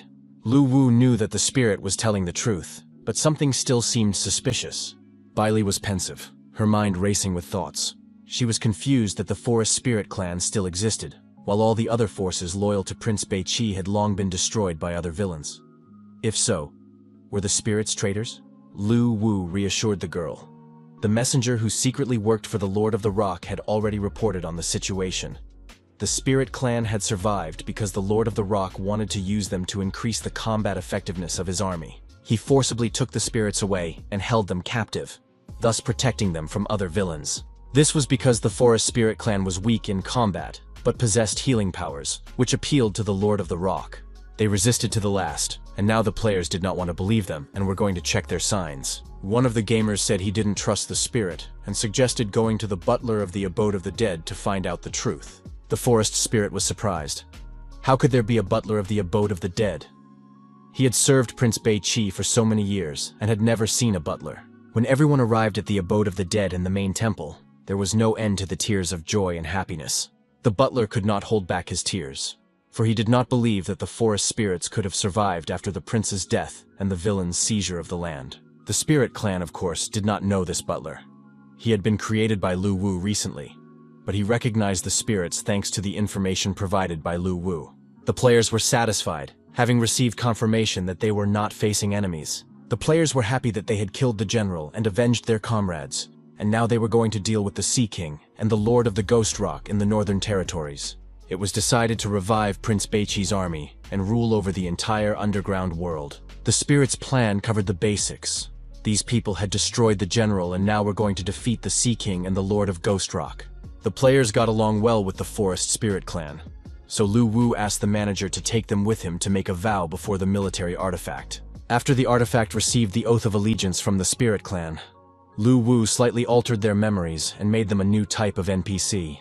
Soon, the Forest Spirit Clan will be able to integrate into the player community as military doctors, who help players stay combat ready for longer. In addition, many romantic interests arose between the representatives, so it was necessary to establish a level of intimacy protection. Since the clan of Forest Spirits became partners, it became necessary to organize a place for them to live. It was decided to settle them on the border between the Abode of the Dead and the Luli region. The Forest Spirit Healer was very upset when she was unable to heal a mortally wounded player, but he was not worried because he knew he would return in a few hours as good as new. Another player dreamed of dying as soon as possible and asked his colleague to help him so that he could return to the game with full strength. In general, the Forest Spirit Clan has not yet figured out when to heal players and when to kill them. A few days later, the players and the Forest Spirits went into another battle. They killed monsters together and did pretty well overall. But sometimes the monsters killed players, and they wanted the Forest Spirits to heal them faster. The Forest Spirits already understood. There was no need to worry too much. In 3 hours, the player would be resurrected as good as new, and with such a wound, he could not be saved. They decided not to heal the next player either. His arm looked bad, his leg too. Better not to waste time and die first, as a sign of respect, so that they could then help the other wounded. The fairy went to treat others with lighter wounds, although the player thought he could still be saved. It seemed that the initially kind nature of the Forest Spirit Clan was gradually becoming insensitive after communicating with the players. Unfortunately, all living creatures change under the influence of society and their environment. But Lu Wu's attention was drawn to a completely unknown sound. A huge clock appeared in the sky. It came out of nowhere, even though there had never been anything like it there before. It was New Year's Eve in the Sea of the Underworld. The clock struck the countdown, signaling the arrival of the new year. This was followed by festive fireworks, and the official start of the fishing competition was announced. The players really liked the clock in the sky, and combined with the fireworks, the atmosphere was truly New Year's Eve-like, just like in the real world. One of the first fishermen to catch a fish and earn a bonus was a dog who caught an island tooth, a sea spirit-level fish. One of the unlucky players mentally cursed absolutely everyone while waiting for a bite, but soon he got lucky. The rod vibrated in his hands, and he pulled out not just a fish, but a special sea spirit-level fish. The player was absolutely happy, but did not want to sell the fish, considering it unclean blood. Soon, however, he roasted it. Even though the fish looked strange, it smelled delicious. There was a strange player who preferred to eat a rare fish instead of selling it. But every player makes their own choices. Bai Li, who loved to eat, understood him like no one else. The next day of the competition also went well. It was fun and productive. Treasure was scattered throughout the area, which could be searched for, collected, and then sold or exchanged. Not only ordinary players were engaged in this, but even famous and distinguished cultivators. Soldiers were useless. They only knew how to attack or defend and could not collect treasures. The players did not hesitate to push each other around in order to get as many New Year's coupons as possible. The forest spirits still did not understand people. While fishing was understandable, the crazy running around the mountains and plains baffled them. The little representatives of the forest spirits clan went with the people to run and collect colorful coupons. After that, they counted the coupons and handed out prizes to the winners. The New Year's messenger was in charge of counting and selling the necessary items for the earned coupons. The summoned demons helped collect many New Year's coupons, and the player received a hidden profession. This profession was called Ghost Beast. It could summon spirits and cause destruction, and outwardly resembled a flying horse with horns. With its help, it was possible to summon various forms of ghosts for one's needs, and as the level increased, the number of summons increased. The third ability was to mobilize the powers of the Ghost Beast in the body and deliver a devastating blow. The third day of the event arrived, and all items in the store were discounted for the new year. The event had only just begun, but the goods were almost sold out, and the players' enthusiasm for the discounts was enormous. Lu Wu had spent the first 2 days creating them, and was now going to focus on making money. Taking advantage of the situation, Bei Li offered players a collection of new fashionable uniforms. While the bidding was going on, Bei Li noticed that a player had appeared on the Cliff of Despair. The developers immediately went to check it out and saw a couple, a Pestle and a player named Gu Yu. Posel smelled alcohol and told his partner about it. Soon they approached a strange wooden house. Perhaps some wise man lived there, and the player knocked on the door just in case. The door was opened by an ancient old man with a beard that reached halfway down his chest, wearing a hooded cloak. The old man did not want to talk to them and was about to close the door, when suddenly the dog announced in human language that he was hoping for an invitation to sit down. The old man was terrified. The dog was talking. He had never seen anything like it before. He had encountered many terrible creatures, but nothing like this. The dog was offended. He was not a scary monster, but just a player in this game. The old man realized that he would have to invite the unexpected guests in, because they were very persistent and had no intention of leaving. The strangers entered the house and prepared to spend time with the owner. The host offered them tea and buns, just so they would leave on time. But the young man wanted to get some new life advice, and learned that all grandfathers living alone on top of a mountain are very wise. However, at that moment, he was happily eating muffins and was completely satisfied with life. After tea, the hermit went to the far corner of the house and returned with a paper certificate. He read aloud the oath written on the certificate. It said that Prince Bei Qi swore that his descendants would always guard the Cliff of Despair, the source of evil, and obey the will of heaven. The document looked impressive, and the scribbles were understandable. But the players still didn't understand. If the grandfather was a descendant of the prince, then so were all of them. He couldn't get rid of the guy, so the hermit continued his story. It was a very long story. He talked for a long time, and the player was already getting frustrated because he hadn't heard anything useful for himself. But then the hermit asked if the guy knew who was standing in front of him. It turned out that he was a descendant of King Bei Qi and had proof of his identity, the prince's royal seal, created by the founder of the kingdom and symbolizing supreme power and glory. The old man said that his ancestor was the founder of the land and ruled Bei Qi for hundreds of thousands of years. The Cliff of Despair was the place where he was buried. All the demons inhabiting the abode of the dead were his subordinates, guarding his tomb. Among them is the strongest god, who carried out the prince's will after his death. The Cliff of Despair is just a horn on the head of this evil god. This information made the players' brains boil. The hermit did not know the exact reason why the evil god was sealed on the cliff. But even 10 ancestors combined would not be able to defeat him. Although he was sealed, the villain's mind was unstable, and evil thoughts often broke through. The ancestor had only fought a fraction of those thoughts.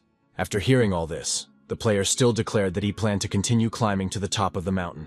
Whoever climbs to the top will be struck by evil thoughts. Their body will be taken away, and they themselves will become a new vessel.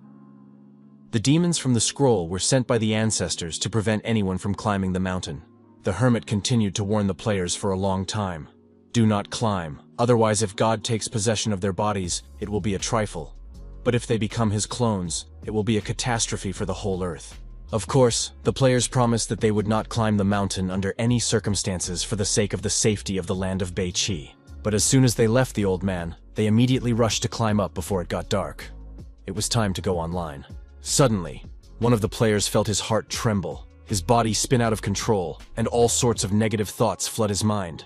The gamer grabbed the dog and began shaking it, even though the dog was trying to bring his friend back to reality.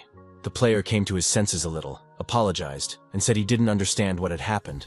His whole body was enveloped by an unknown force, and bloody and murderous scenes instantly appeared in his mind. The sensation was so real that even though Guyu knew it was a game, he felt a constant fear. The dog assumed that everything the old man had said was true, and he also felt that someone was watching them. He suggested turning back, but the player said that the worst thing that could happen to them was to die a couple of times. But this was a game, so they had to go on and climb the mountain. At the top of the cliff of despair, it was very lonely and gloomy. The player decided not to hold back his emotions and immediately marked the territory. He considered it more of an instinctive reaction, although he was a little ashamed. The dog didn't understand how the pole lit up. Perhaps he was just lucky and caused a resonance with his presence. Suddenly, a blow to the muzzle knocked the dog off its feet, sending it flying quite a distance, as if the pillar had told it that it didn't like it. Guyu also decided to try it and turned to the pole. He opened his eyes and realized he should never have done that. Before him appeared a seething sea of blood, in which a newborn baby was rocking on the waves. Streams of blood penetrated the player's consciousness, instilling terror. It was the bloody lady who occupied all of the player's thoughts. Soon, the blood receded, and a newborn baby wrapped in swaddling clothes appeared. At birth, he was filled with an ominous power, and would most likely bring misfortune to the entire giant clan. The father did not want to abandon the child, but the nymph forbade it, and predicted disaster for the entire clan. The god's evil thoughts were strange, so the young man decided to use the artifact of war to enter the player's mind and understand what was happening. Bai Li finally admitted that there was no need to enter the player's mind. She already knew what had happened. The birth of the bloody child foreshadowed disaster, but the king of the giants did not want to kill him. The child grew up, but was incompatible with the rest of the family. The other giant children were already tall, but he was small and suffered from bullying among the tribe. But he was not sad, and lived well every day because he had loving parents who cared for him. The day came when zombies attacked the entire giant city, and war was about to break out. The drought demon gave the order to kill all the giants and capture the source of blood. The giants went into battle, and the bloody baby wanted to go too. But his father would not allow it, as he was the last representative of the clan and was to become the ruler of the entire clan. The drought demon demanded that the king of the giants give up the blood source, so that the death of the people would be less painful. But the king of the giants declared that no one would force him to surrender. He would fight. A huge boulder fell on the king of the giants' head, and he was destroyed. The drought demon demanded that the source of blood be given to him. The giants tried to resist, but the demon was so huge that even they seemed like babies compared to him. The drought demon destroyed everyone in its path. The bloody child wept with grief.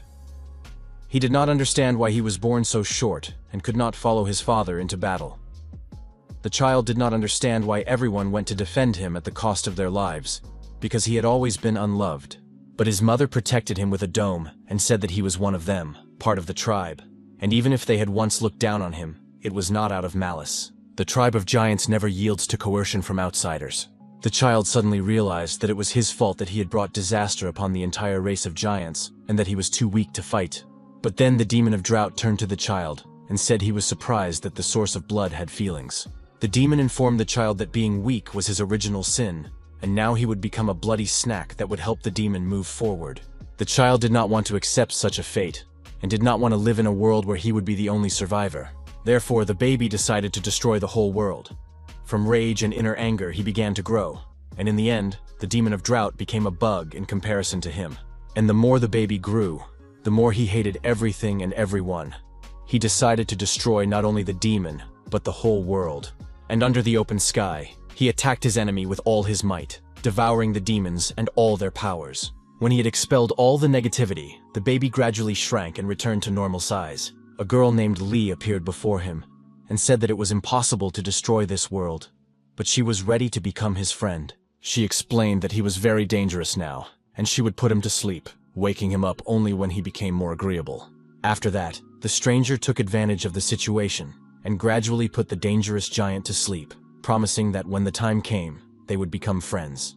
Lu Wu decided that the woman in white who had preserved the giant was Bai Li, but the girl said it wasn't her, although she knew who did it. However, she couldn't tell the young man the whole truth now, because his soul would burst under the weight of the secret. It was mysterious and unbelievable, so Lu Wu decided to find a way to improve the strength of his soul so that he could bear the secret that Bai Li would tell him. Guyu was still standing motionless, and the dog had already begun to worry about his boss. Finally, The player came to his senses and said that strange images had appeared in his mind, similar to memories of the evil god. Now he knew that the pagoda pillar had appeared after the evil god had been sealed. It was unclear why the dog jumped back when it touched the pagoda. Perhaps it saw the god's trace. Suddenly the player heard a voice in his head asking if he wanted power. But the player did not believe in such things. He said he wanted peace and asked to be spoken to like a human being. But the voice spoke to him again and said that if the young man fulfilled one condition, he would receive infinite power. The voice wanted him to help kill the demon of drought. It turned out that the drought demon had not been killed. It had managed to escape. And the old corpse in the burial ground was the demon itself. Lu Wu was worried that the evil god would harm the player's soul. But Bei Li assured him that there was nothing to worry about. In fact, it was just an ordinary god living in the underworld.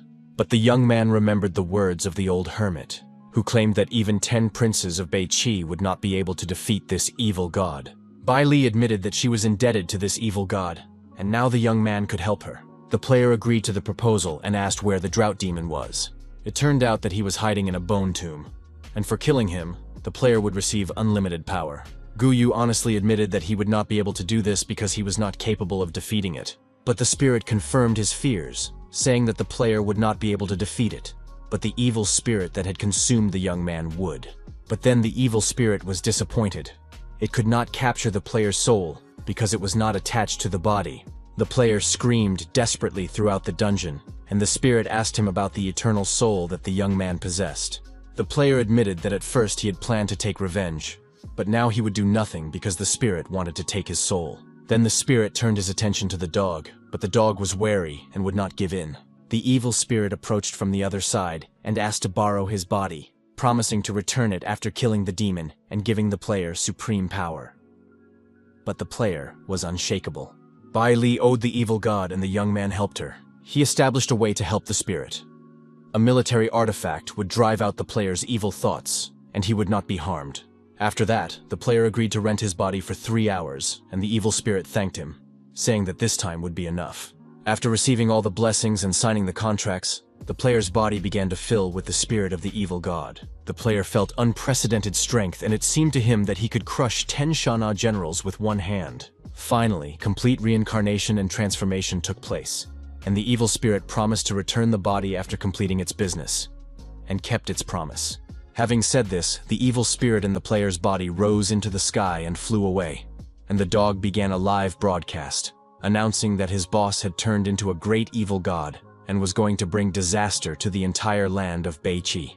2.5 hours later, the bone tomb was pierced by a huge bloody comet. Inside the fiery blood ball, someone was present, possessing insane power. The evil spirit in the player's body, standing on the tomb, addressed the drought demon, saying that he knew the demon was there and offered to come out to die. Gu Yu continued to summon the drought demon and demanded that it appear for a fair fight. The player, not waiting for the enemy to appear, began to pound the burial mound where the drought demon was locked up with his fists. Finally, the demon's soul was pulled out of the tomb, and the player hoped to destroy it. The young man was working with the bloody evil spirit of the underworld, to whom he had leased his body. His hand was raised for the final blow. The drought demon could not believe that the bloody evil spirit had become strong again and could harm him. But then the bloody spirit used the 8-armed demon option against the entire enemy. The drought demon began to restrain his opponent and bind his hands and feet, amazed at the audacity of the bloody evil spirit, who had taken advantage of a human body. The developers watched what was happening, and Bei Li was worried because the evil spirit was strong, but only a trace of evil thoughts remained from it. Lu Wu wanted the evil god to be able to get rid of his anger and negative emotions in order to become a true god, and the young man helped a little with his artifact. The bloody evil spirit felt a powerful surge of strength and was able to break the bonds that bound him. The drought demon did not understand what was happening. He felt that some external force had helped his opponent, but he could not understand who it belonged to. But no one was going to answer the drought demon's questions, and soon he was completely finished. Justice prevailed, and the seal of evil was set. The power was insane, and the players did not understand how it was possible to gather such power, even if they played the game their entire lives. The drought demon did not want to give up, because he had been hiding in the tomb for so long and hoped to still get out of it. The evil spirit killed the drought demon, but his end was also near. At the same time as his enemy, he felt that he could no longer resist, and the player who had rented out his body flew away. Circumstances were such that both the evil spirit and the drought demon were frightened. The evil spirit had effectively lost its fighting power after encountering only a cauldron. It turned out that this was one of the most powerful gods who ruled life and death in the underworld, Emperor Dunyu, who, along with 2 other emperors, truly possessed divine power. The underworld is vast and divided into east and west. Even such powerful gods as the 3 great emperors are only rulers of the eastern underworld. Lu Wu wanted to know what connection the evil spirit had to Emperor Dunyue.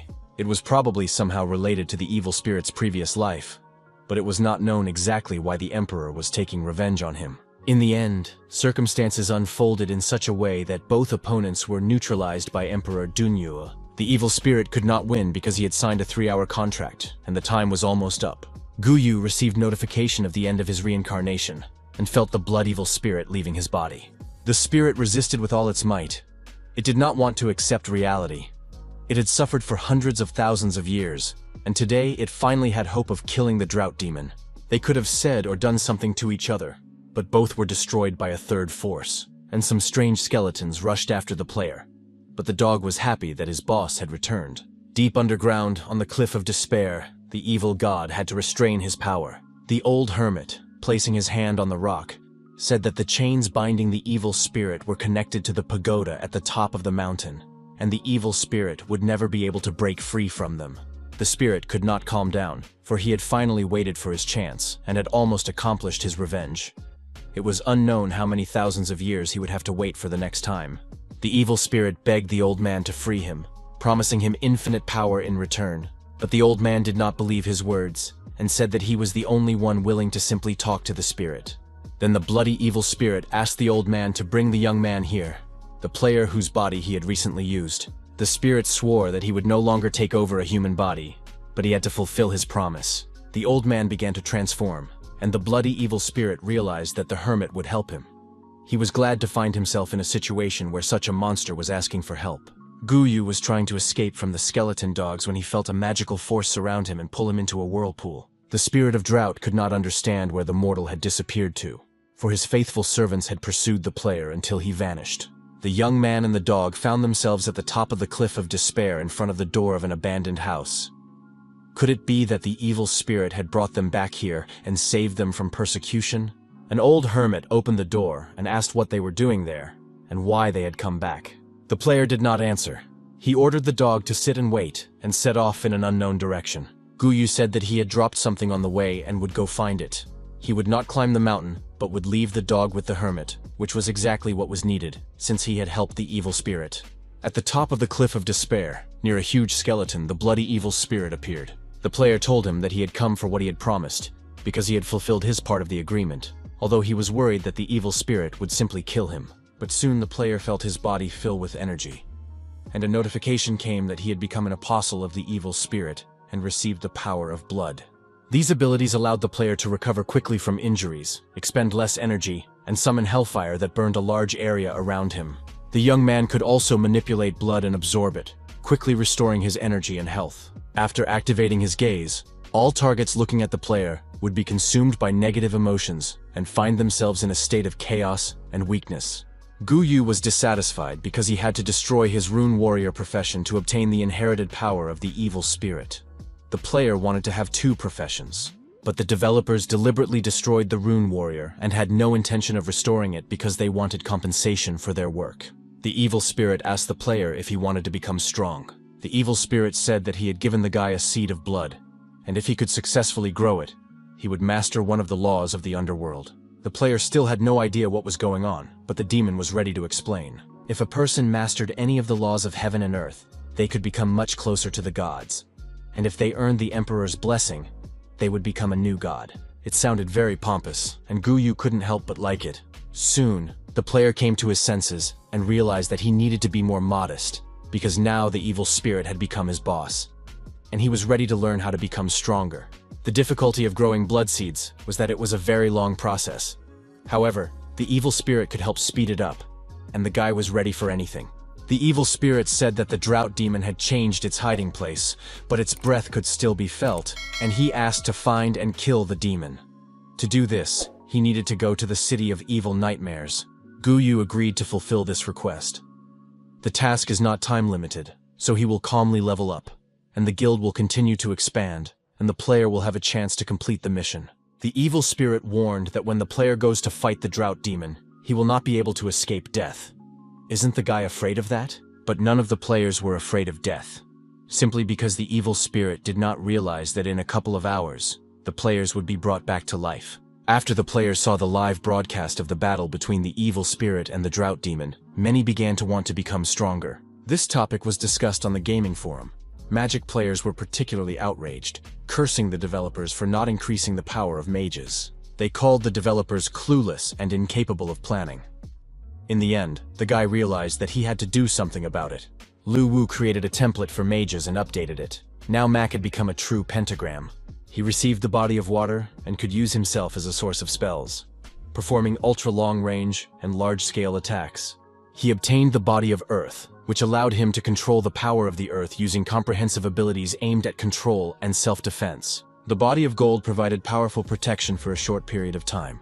The bodies of wood and fire were similar and also expanded the capabilities and abilities of mages. A new NPC, the Destroyer, was also created and added, specifically designed to help mages change professions.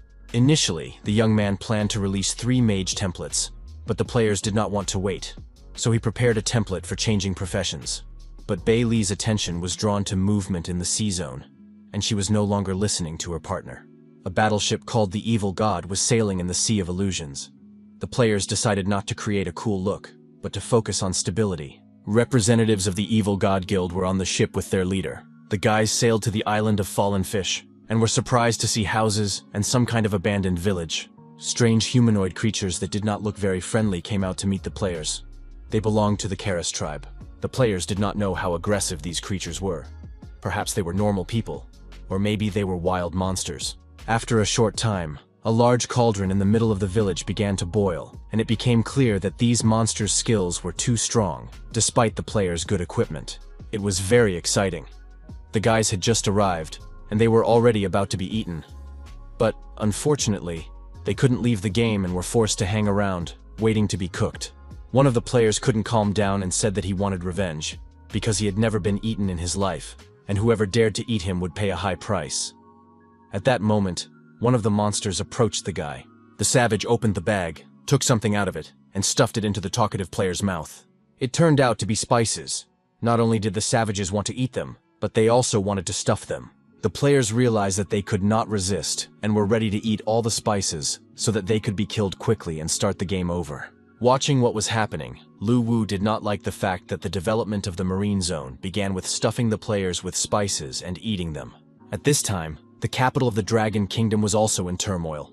Lu Pan, who had previously been eaten by the fish people, decided to take revenge on them. The Evil God Guild assembled a new expedition because the players could not bear such humiliation, and, having prepared themselves, set off for the island of Fallen Fish. The guys returned, despite the fact that they had recently been eaten here, but their desire for revenge was strong. The guild spent a lot of money and hired dozens of professional players. They would avenge their humiliation. The guys could no longer hold back and, full of rage and determination, rushed into the attack. One of the monsters began to blow a horn. The players did not know what this would lead to, as the monster might be calling for reinforcements. The guys decided not to worry ahead of time and hope for help from the pros. But in a few moments, they were surrounded by huge fishmen. Soon, 3 huge cauldrons were bubbling in the middle of the village. This time, the locals were planning a real feast. One of the players tried to figure out why they had been hung and why they weren't simply killed. Meanwhile, the fish people discussed what was happening among themselves and were generally satisfied with the upcoming dinner. Those players who found themselves in this situation for the first time were overly talkative, speculating about what further events would lead to.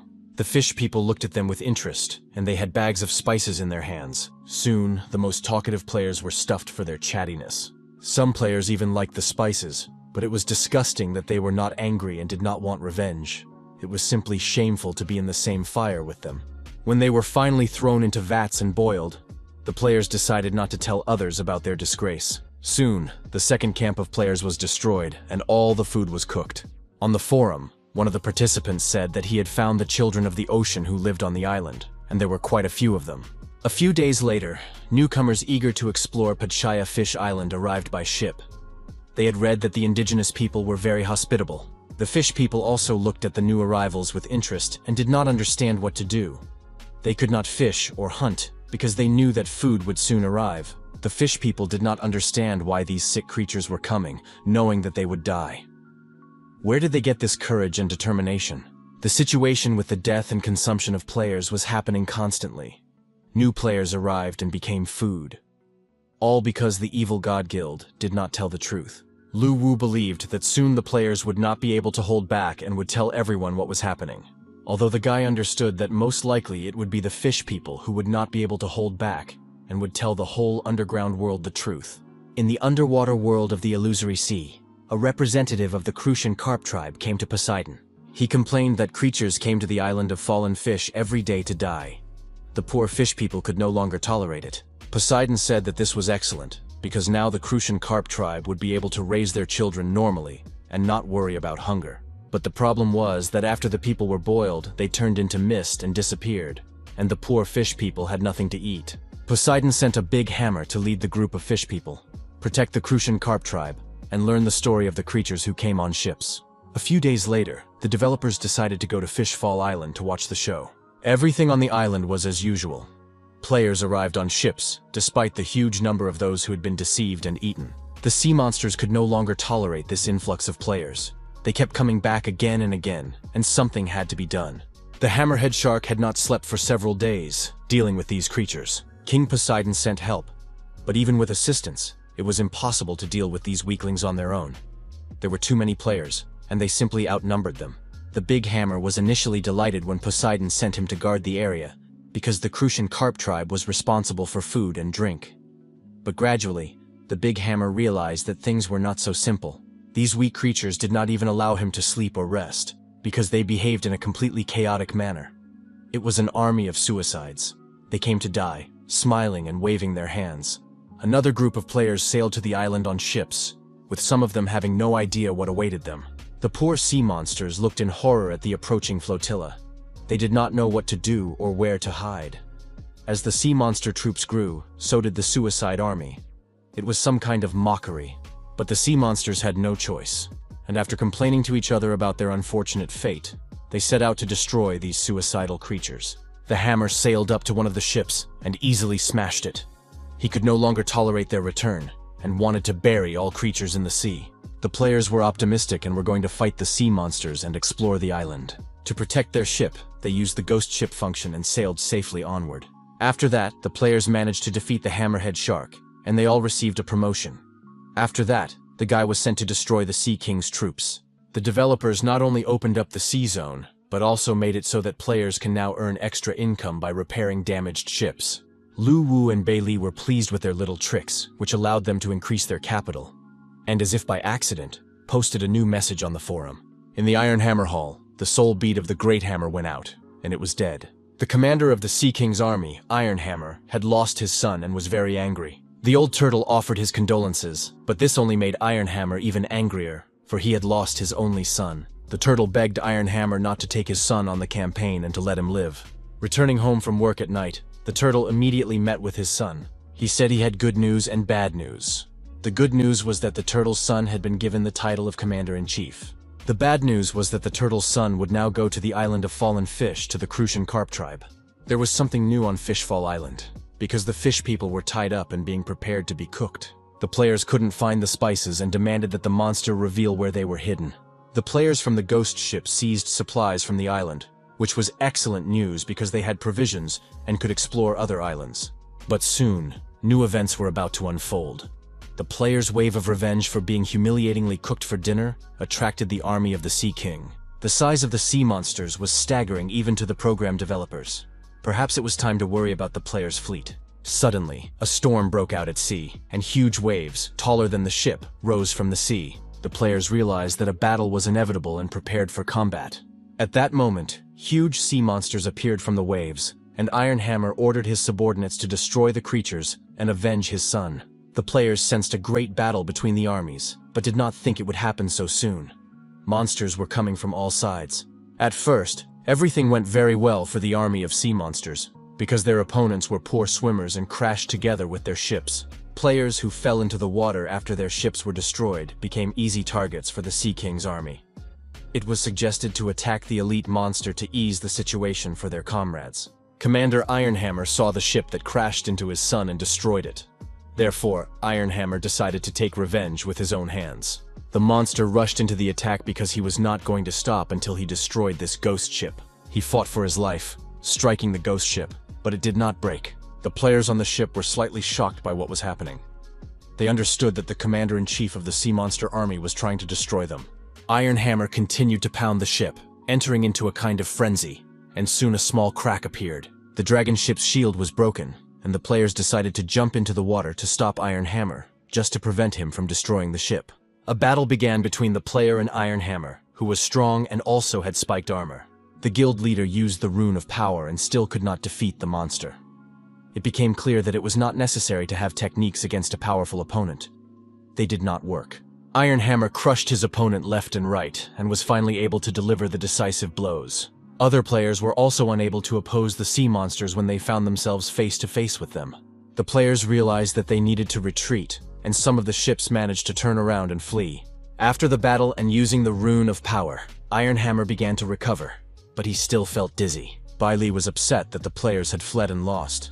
She wanted them to continue playing, and considered it necessary to introduce rewards for exploring the sea territory. Then she saw some of the players setting up a long fishing line to catch a huge fish, and Bailey guessed that Poseidon was the main target from the beginning. Lu Wu was happy because their army was conquering not only the land but also the sea. Sure enough, after a few days, the players realized the gap between the strength of the players at sea and the army of the Sea King. They began to strengthen their ships, but most players did not have the money for reinforcements, so they went to the northern region to cut down tree demons. A phone call interrupted the conversation, and the young man answered. It was a caller named Manman, who suggested going out and having fun. The beautiful girl said that she rarely came to the city and had just gotten off the plane. Lu Wu agreed to meet her and spend time together, which seemed very suspicious to Bei Li. She made a jealous scene and demanded to know who Manman was. Lu Wu said that he was a childhood friend. They lived next door to each other, and their families were friends. Manman later moved to another city, and now she had simply suggested meeting up. The young man did not want to take Bailey with him, even though she promised to protect him. The girl made a banal scene of jealousy, and now had no intention of letting Lu Wu go. The guy barely managed to escape from the house. On top of that, Bei Li overheard Manman calling him Daddy Dog. It was an old story from childhood. It happened back in kindergarten when the teacher wanted to keep the boys and girls from getting too close. She forbade them from kissing because it could lead to pregnancy. But the little boy remembered that he had kissed a dog, which soon gave birth to puppies, and the child suffered psychological trauma because he became a doggy daddy. The young man arrived at the meeting place where he was supposed to meet Manman. She was happy to greet him. He also noted how she had grown up and become even more beautiful, although her personality remained unpleasant. A work call interrupted their conversation. Manman confirmed that she wanted to collaborate on broadcasting the gaming event. The girl was talking to her uncle, Wugoi, who had been friends with her father for a long time, and was now going to discuss business directly. Manman was surprised that the gaming company was not thinking about profit. Perhaps they were very rich, or it was some kind of powerful corporation, and cooperation did not fit in with their development philosophy. Wugoi also couldn't understand what the developers were thinking, but if Manman wanted to obtain the rights to broadcast live, she would have to offer a huge sum of money. Her uncle promised to help her contact the game's producers, but he wasn't sure if the meeting would take place. That was the end of the business conversation. The girl apologized to her friend for being distracted by an important call, but now she was ready to spend time with him. She suggested they go for a walk together because she hadn't been in the city for a long time. Besides, she was hungry, and they still had the whole evening ahead of them. Late at night, Lu Wu returned to the apartment, where he was met by an angry Bei Li. She, of course, knew that in the spring some animals change their habits depending on the mating season. Their argument was interrupted by a call from the president of the Wu platform, who invited the young man to a meeting at his office the next day on a very important matter. The young man tried to get out of the meeting, saying he was busy, but the president insisted, saying they needed to discuss the live broadcast of gaming tournaments. The young man remembered that the platform did not broadcast tournaments live. Wugoi confirmed that it was a cool corporation that had approached him with the aim of establishing ties with the developers of the game, War in the Network. The young man was very pleased, because he knew that the corporation that wanted to meet with him was really strong in its field. Lu Wu confirmed that he would attend the meeting and made a reservation at a restaurant in advance. The next day, A big feast was to take place, and little Bei Li was looking forward to eating her fill. But it all started with an unexpected meeting when all the participants got to know each other. Manman was the representative of the corporation, and Papa Dog was responsible for the game War on the Net. Bei Li was ready to kill her comrade when she heard that he had a child. A real mess ensued because the young man introduced Bei Li as his friend, but the president of the platform, Wu Goi, remembered that she was his sister. Everyone present simply incinerated the young man with their glances. And while Manman thought about how noble Lu Wu was for adopting the girl, Bei Li was about to tear the hair out of this insolent girl. Finally, the passion subsided, and it was time to talk business. Lu Wu trusted his childhood friend and immediately agreed to cooperate and promote the game. He did not want to make any special conditions, except that the corporation would cover the costs of organizing and holding events.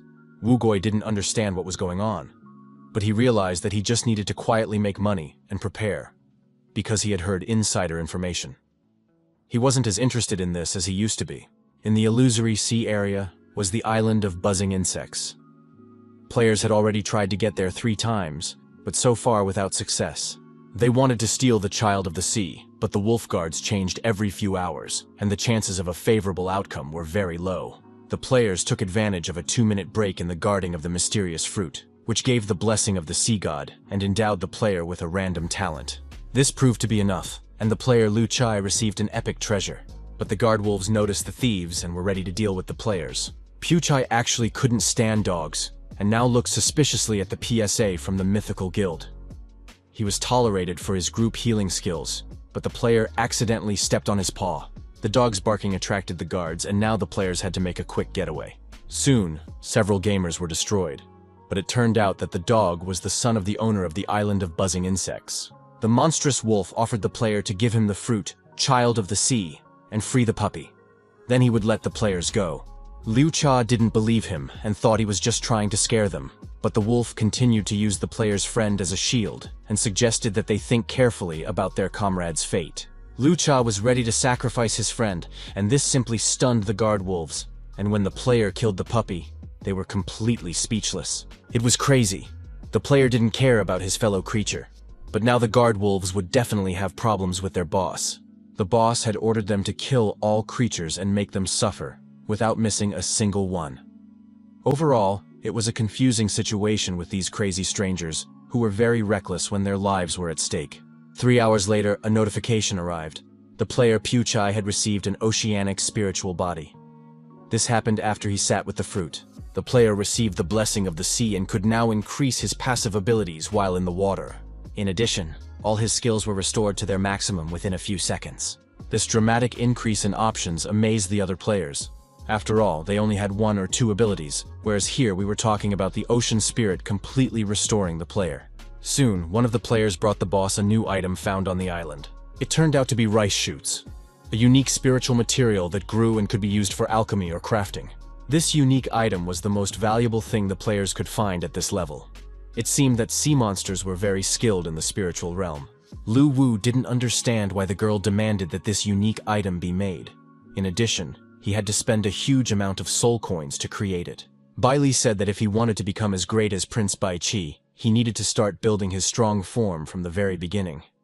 Of course, this material was weak, but gradually it would accumulate strength and become highly valuable. The young man still did not understand what ability he should train. Bai Li handed him a black sheet and said that he would train with this item. With the help of the artifact, the young man analyzed it and was ready to start. He realized that this black sheet gave him the ability to create monsters from the ground to the clouds, and would become the most powerful black paradise. He had to choose a monster in his mind and transform its form. The young man considered various options and settled on a monster in the form of a dog's head. As the black sheet burned, this demon named Swanee would begin to disappear, absorbing and gathering all the energy for the young man. But soon, something unprecedented happened. What Lu Wu saw in the mirror was very cute and childlike. He became a monster in the form of a kitten. This was his basic form. It was feeding time, and he ate the seeds of life that would help him transform into human form soon.